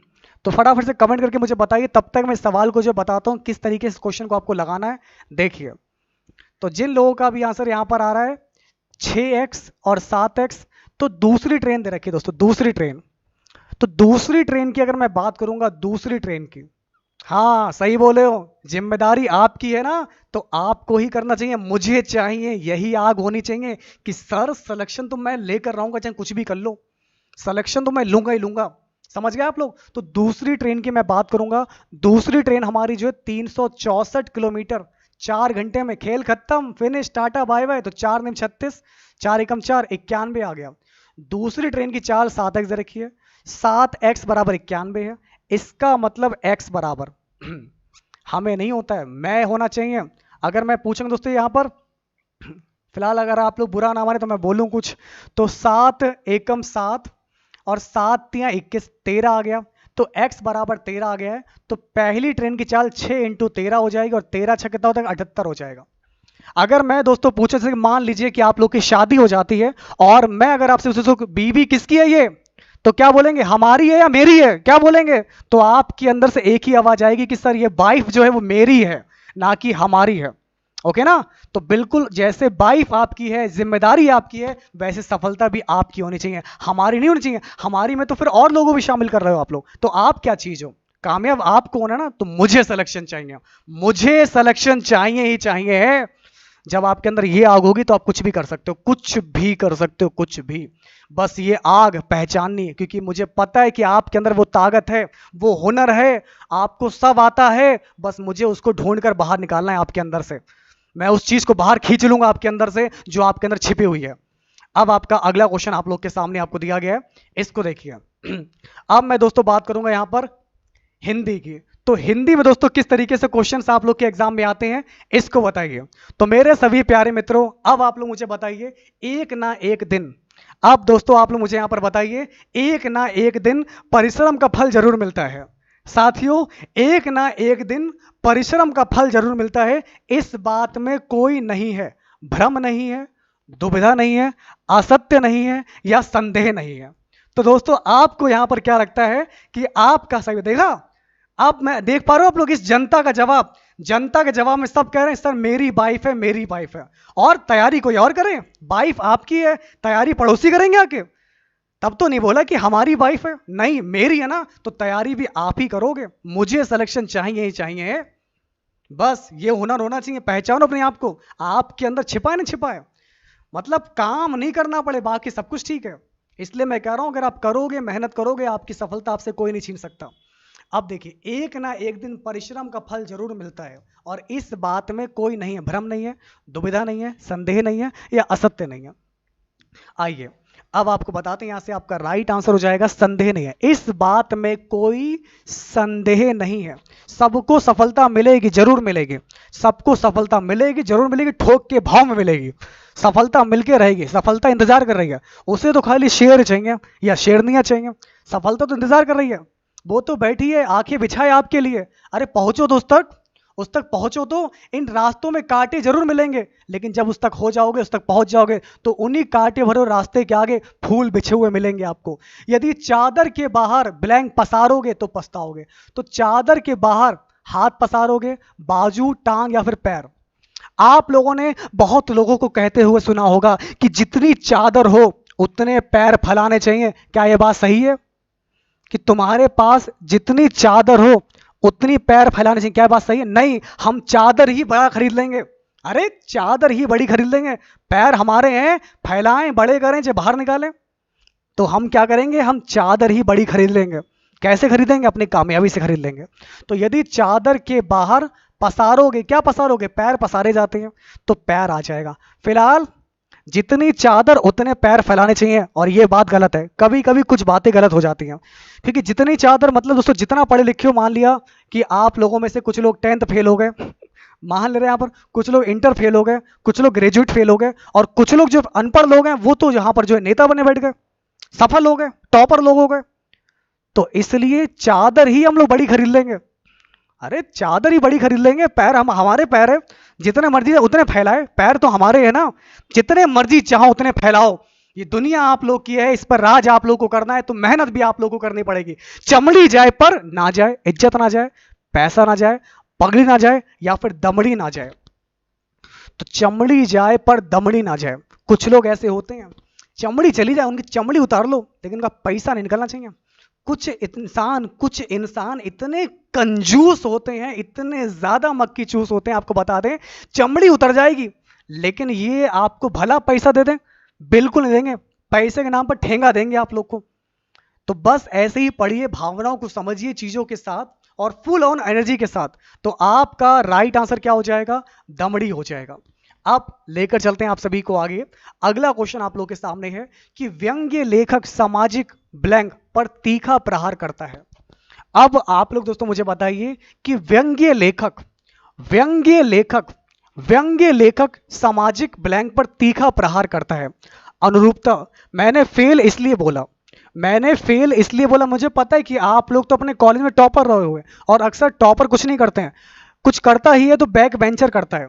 अगर मैं किसी भी महान इंसान का एग्जाम्पल ले लूँ ना, तो वो उनने कोई बहुत ज्यादा पढ़ाई MA BA ये कुछ नहीं कर रखा होगा, PhD वगैरह डिग्री ले रखी हो, नहीं।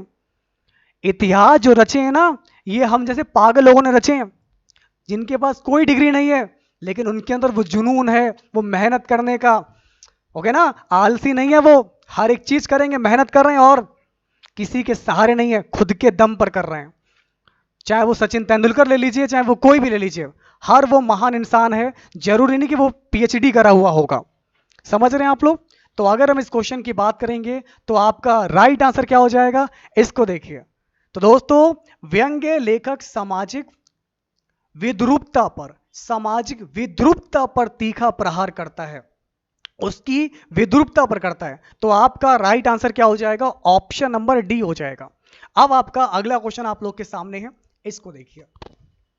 ये वाला क्वेश्चन भी जो है बहुत ही ज्यादा इंपॉर्टेंट है, बहुत हेल्पफुल रहने वाला है, क्योंकि आज मैं वो प्रश्नों को लेकर आया हूं, मैं उन प्रश्नों को आज मैं आपको पढ़ा रहा हूं जो मुझे लगता है कि आप लोग के एग्जाम के पॉइंट ऑफ व्यू से बहुत इंपॉर्टेंट है। अब देखिए, निर्देश दिए गए वाक्यों में से कुछ में त्रुटियां हैं और कुछ ठीक है। तो वाक्य के जिस भाग में त्रुटि है उसके अनुरूप अक्षर वाले विकल्प को चुनिए। यदि वाक्य में कोई त्रुटि नहीं है तो कोई त्रुटि नहीं वाले वाक्य को चुनिए। आइए देखते हैं। महात्मा गांधी के सत्य और अहिंसा के सिद्धांतों की अनेकधा बार विश्व के गणमान्य नेताओं ने प्रशंसा की है।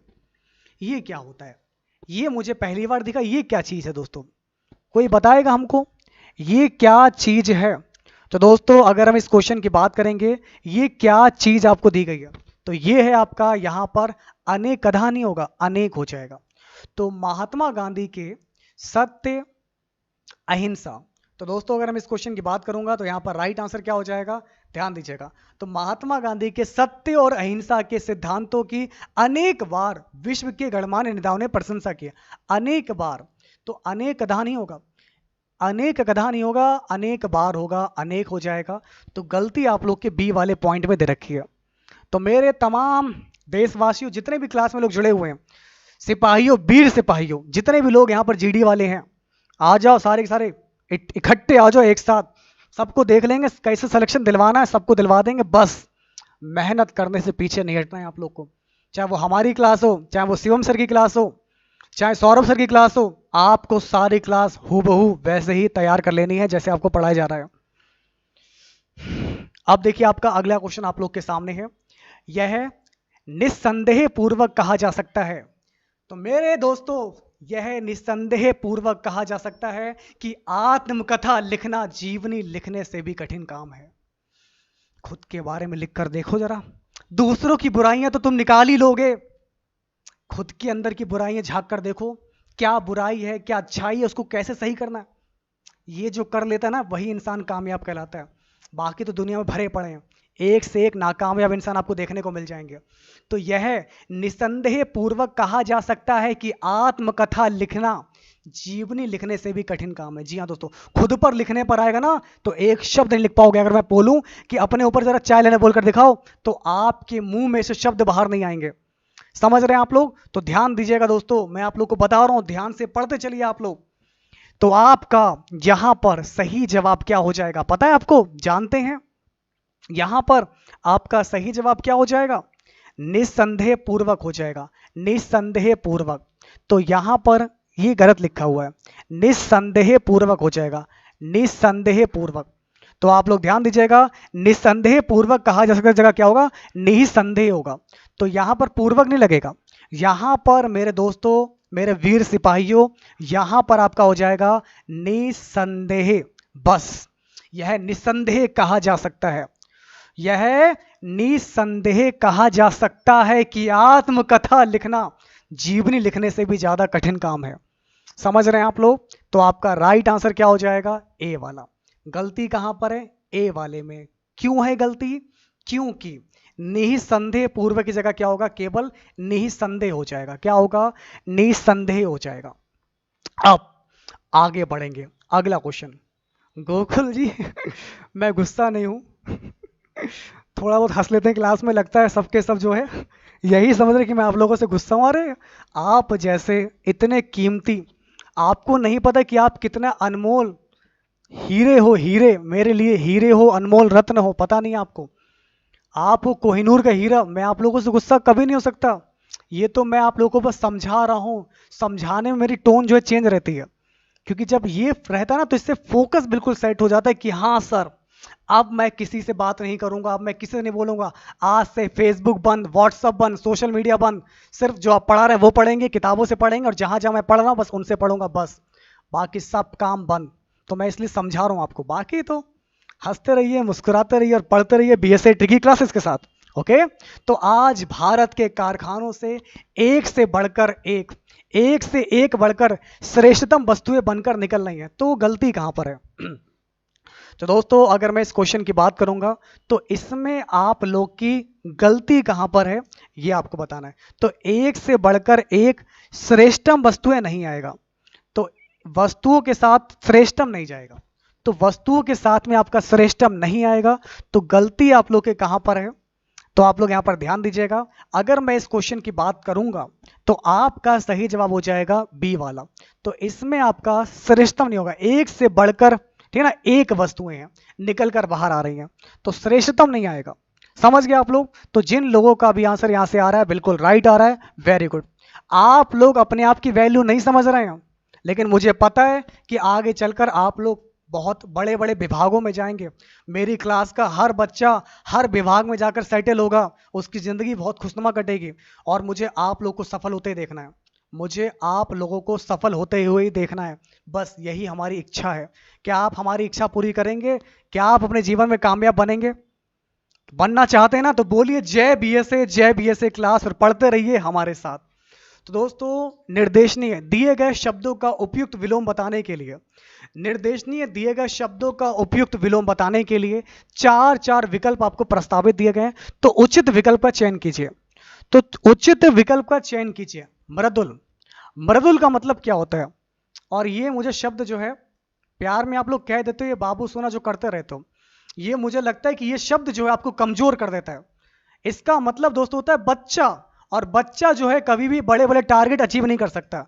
तो जो इस चक्कर में फंस गया, जो आपके इस चक्कर में फंस गया ना, ये जो आप लोग बोलते हैं, आज मैं इसके बारे में भी डाउट क्लियर कर दूं, ये क्या होता है आप लोग ये बाबू सोना जो आप लोग करते रहते हो, अगर इस चक्कर में फंस गया ना आप लोग, तो बच्चों की तरह जिंदगी रह जाएगी, बच्चों की तरह। बच्चे का मतलब एक बच्चा छोटा जो होता है वो इतने बड़े बड़े टारगेट अचीव नहीं कर सकता। अगर आपको अपनी जिंदगी में कामयाब होना है, कुछ जिंदगी में करना चाहते हो, कामयाब होना चाहते हो, तो इस रोने से दूर निकलो, पहले इससे बाहर निकलो, क्योंकि आप समझदार इंसान हो, बड़े हो गए हो, अब बच्चे नहीं रहे आप लोग, आप बड़े लोग हो, समझदार हो, और आपको अपने जीवन में बहुत कुछ करना है। तो कब तक बच्चे की जिंदगी बनकर जियोगे? कब तक बच्चों की जिंदगी बनकर जियोगे? इसलिए ध्यान से पढ़ो और इस चीज से बाहर निकलो। समझ रहे हो आप लोग मेरी बातों को? अब देखिए आपका अगला क्वेश्चन आप लोग के सामने आपको दिया गया है मृदुल। तो मृदुल का क्या हो जाएगा दोस्तों? कठिन, रुक्ष, खराब या फिर कठोर। कमजोर नहीं होना दोस्तों, कमजोर नहीं पढ़ना है, क्योंकि ये शब्द जो है ये कमजोर करता है आपको। ये जो प्यार शब्द है ना, ये कमजोर बनाता है कहीं ना कहीं आपको, और अक्सर जो कठोर रास्ते होते हैं यही आपको दृढ़ता प्रदान करते हैं, मजबूती प्रदान करते हैं। तो जिंदगी में कमजोर होने का बिल्कुल नहीं है। समझ गए आप लोग? देखिए, तो मृदुल की अगर मैं बात करूंगा, मृदुल का विलोम होता है रुक्ष होता है, मृदुल का विलोम होता है रुक्ष होता है, मृदुल का विलोम शब्द आपका होता है रुक्ष होता है। अब अगला क्वेश्चन आप लोग के सामने आपको दिया गया है, इसको बताइए। ऋणात्मक। अब दोस्तों हमारा अगला क्वेश्चन आप लोग के सामने आपको दिया गया है, इसको बताइए। ऋणात्मक की अगर मैं बात करूंगा, ऋणात्मक, धनात्मक, ऋणात्मक, मानरात्मक, अनात्मक। तो दोस्तों आपका राइट आंसर क्या हो जाएगा, इसको देखिए। तो दोस्तों बहुत ही जो है इंपॉर्टेंट क्वेश्चन आप लोग के सामने आपको दिया गया है, तो ध्यान दीजिएगा मेरे सभी साथियों। ऋणात्मक का उल्टा आपका धनात्मक हो जाएगा। ऋणात्मक का उल्टा उसको क्या हो जाएगा, आपका धनात्मक हो जाएगा, धनात्मक। तो जिन लोग का भी ऐसे धनात्मक आ रहा है बिल्कुल राइट है, वेरी गुड क्लास, बहुत बढ़िया। अब ले चलते हैं आप सभी को आगे। अगला क्वेश्चन देखिए, कलुष। तो कलुष का विलोम शब्द बताइए दोस्तों। तो दोस्तों अगर मैं इस क्वेश्चन की बात करूंगा, कलुष का विलोम शब्द बताइए, कलुष का विलोम शब्द बताइए। तो इसका विलोम शब्द आपका होता है निष्कलुष होता है। तो कलुष का आपका विलोम क्या होता है, तो ये आपका होता है निष्कलुष होता है। आपकी जिंदगी है, आपके हाथों में आपकी जिंदगी ईश्वर ने दे रखी है। अब आप इस जिंदगी को आबाद करते हैं या बर्बाद करते हैं, फैसला आपके हाथों में है। ओके ना, इसलिए फैसला आपको करना है, करना क्या आपको जिंदगी में, कामयाब इंसान बनना है या इस चक्र में फंसना है, ये आप लोग सोच लीजिए। अब आपका अगला क्वेश्चन आप लोग के सामने आपको दिया गया है, इसको बताइए। तो नीचे दिए गए शब्दों के पर्यायवाची समानार्थक शब्दों के लिए चार चार विकल्प आपको दिए गए, उचित विकल्प का चुनाव कीजिए। शत्रु, शत्रु का पर्यायवाची क्या हो जाएगा? तो दोस्तों शत्रु का पर्यायवाची क्या हो जाएगा? शत्रु का पर्यायवाची होता है अरि, विपक्षी, प्रतिपक्षी, बैरी, रिपु। ये सब आप लोग के जो है शत्रु के पर्यायवाची हैं। तो शत्रु में आप लोग का अरि, बैरी, पिया नाम सुना होगा, बैरी, तो बैरी उससे बना है, तो बैरी मतलब भी शत्रु होता है। रिपु मतलब भी क्या होता है, शत्रु होता है। और बताते हैं आपको, विपक्षी, विपक्षी का मतलब भी आपका शत्रु होता है, ठीक है ना। तो आप लोग यहां पर याद रखिएगा, अरि, बैरी, रिपु, विपक्षी, ये सब आप लोग के शत्रु के पर्यायवाची हैं। तो दोस्तों मेरे प्यारे सभी साथियों, ये सारे आप लोग के जो है शत्रु के पर्यायवाची हैं। आपका राइट आंसर हो जाएगा ऑप्शन नंबर बी आ जाएगा। अब हमारा अगला क्वेश्चन आप लोग के सामने आपको दिया गया है, खर। तो आप सभी को खर का पर्यायवाची बताना है। ओके, तो अगर हम इस क्वेश्चन की बात करेंगे तो आप लोग मुझे बताइए खर का पर्यायवाची। दोस्तों बताइए खर का पर्यायवाची। तो खर का मतलब होता है गधा, समझ रहे हैं आप लोग, इसको याद रखिएगा। खर का पर्यायवाची गधा होता है, गधा, गर्दभ, बैसाख है ना, बैसाख नंदन या राक्षप। ये राक्षप वर्ड भी याद रखिएगा आप लोग। आपसे गधे का मतलब आपका ये भी होता है, रासप भी होता है। खर मतलब होता है गधा। कभी लोग खच्चर, वो खच्चर अलग चीज है दोस्तों, खर अलग चीज है दोस्तों। खच्चर आप लोग का जो है संकर जाति है आप लोग की, घोड़े और गधे का मिक्सअप है खच्चर। तो ये खर मतलब होता है गधा होता है, और इसको बोलते हैं रासप बोलते हैं। इसको क्या बोलते हैं? इसको हम लोग बोलते हैं रासप बोलते हैं। और ये है today's last question for this आपका ऑफ दिस क्लास। इस क्लास का आज का हमारा अंतिम सवाल आ चुका है। अब आप लोग यहां पर ध्यान देंगे, अनंत। तो अनंत का पर्यायवाची क्या होगा? तो दोस्तों अनंत का पर्यायवाची क्या हो जाएगा? तो ध्यान दीजिएगा, अनंत का पर्यायवाची आपका हो जाएगा निसीम। अनंत का पर्यायवाची हो जाएगा आपका निसीम हो जाएगा, निसीम। इसके अलावा गगन, अनंत का मतलब गगन भी होता है, गगन, अंबर, गगन, अंबर, शून्य, पुष्कर भी हो सकता है आपका, और अभ्र भी हो सकता है, अभ्र। तो ये सारे आप लोग के अनंत के ही पर्यायवाची हैं। तो कैसी लगी क्लास आज लाइव पढ़कर? उम्मीद करता हूं कि आप लोगों में से कुछ लोगों के विचार बदल गए होंगे। मैंने आज अपना पूरा प्रयास किया, पूरा झोंक दिया आप लोगों के लिए, जितना हमसे हो सकता था हमने आपको समझाया। अब आपको जिंदगी कैसे जीनी है, आपको खुले आसमान में उड़ना है या ये जो आपको गधा दे रखा है यहाँ पर, इससे सीखना है, तो वो अब आप समझिए दोस्तों। क्या बनना है क्या नहीं बनना है, फैसला आपके हाथों में है, आपकी मुट्ठी में है, जो चाहे वो कर लो। समय आप लोग के पास है, कोरोना का काल है, ये वक्त आपके साथ है, जितना पढ़ पाए उतना पढ़ लीजिए दोस्तों। क्योंकि जिस दिन भी आपका पेपर हो दोस्तों, बस आप ऐसे पढ़िए कि मानो कल आपका एग्जाम हो। मैंने खूब बोला है यहाँ पर इस विषय में कि ऐसे पढ़ाई करो जैसे कल ही आपका एग्जाम हो, क्योंकि कल कभी आता नहीं है। और अगर आप ऐसे पढ़ोगे ना, तो जिस दिन भी आपका एग्जाम होगा, आपको कामयाब बनने से दुनिया की ऐसी कोई ताकत नहीं है जो आपको रोक सके। आपको कामयाब होकर बनना ही पड़ेगा, कामयाब होकर ही रहेंगे। ऐसी दुनिया में कोई ताकत नहीं बनी है जो आपको आपकी कामयाबी से तक रोक सके। तो इसी के साथ आज की क्लास में इतना ही रखते हैं। अगर इस क्लास में और महाकाल जी अगर होता ना, तो इस जगह पर नहीं होते, कहीं पर नौकरी कर रहे होते। मैं सच बता रहा हूं आप लोग को, अगर आपको कामयाब इंसान बनना है तो आज ही इन सब चीज़ों से दूर हो जाएं, अपनी पढ़ाई पर फोकस करें, क्योंकि जब आप कामयाब हो जाएंगे तो ज़िंदगी में आप बहुत अच्छे जाएंगे और आपको जो साथी मिलेगा ना वो भी अच्छा होगा, आपके माता पिता आपसे प्रसन्न रहेंगे और दुनिया की सारी खुशियां आप लोगों के कदमों में आ जाएंगी। और लेकिन अगर आप कामयाब नहीं हुए, अभी से इन सारे चक्रों में फंस गए ना, तो जिंदगी मैं बोल नहीं रहा हूं यहां पर, जिंदगी बिल्कुल खराब हो जाएगी, बर्बाद हो जाएगी। अब क्या करना है वो आप समझिएगा। तो आज के लिए बस इतना ही रखते हैं दोस्तों, आज के लिए बस इतना ही। मिलते हैं आप लोगों से आपकी अगली क्लास में कुछ और भी इंपॉर्टेंट क्वेश्चन के साथ। तो बने रहिए और देखते रहिए दोस्तों आज की इस क्लास को। तब तक के लिए दोस्तों नमस्कार, जय हिंद, जय बीएसए, धन्यवाद।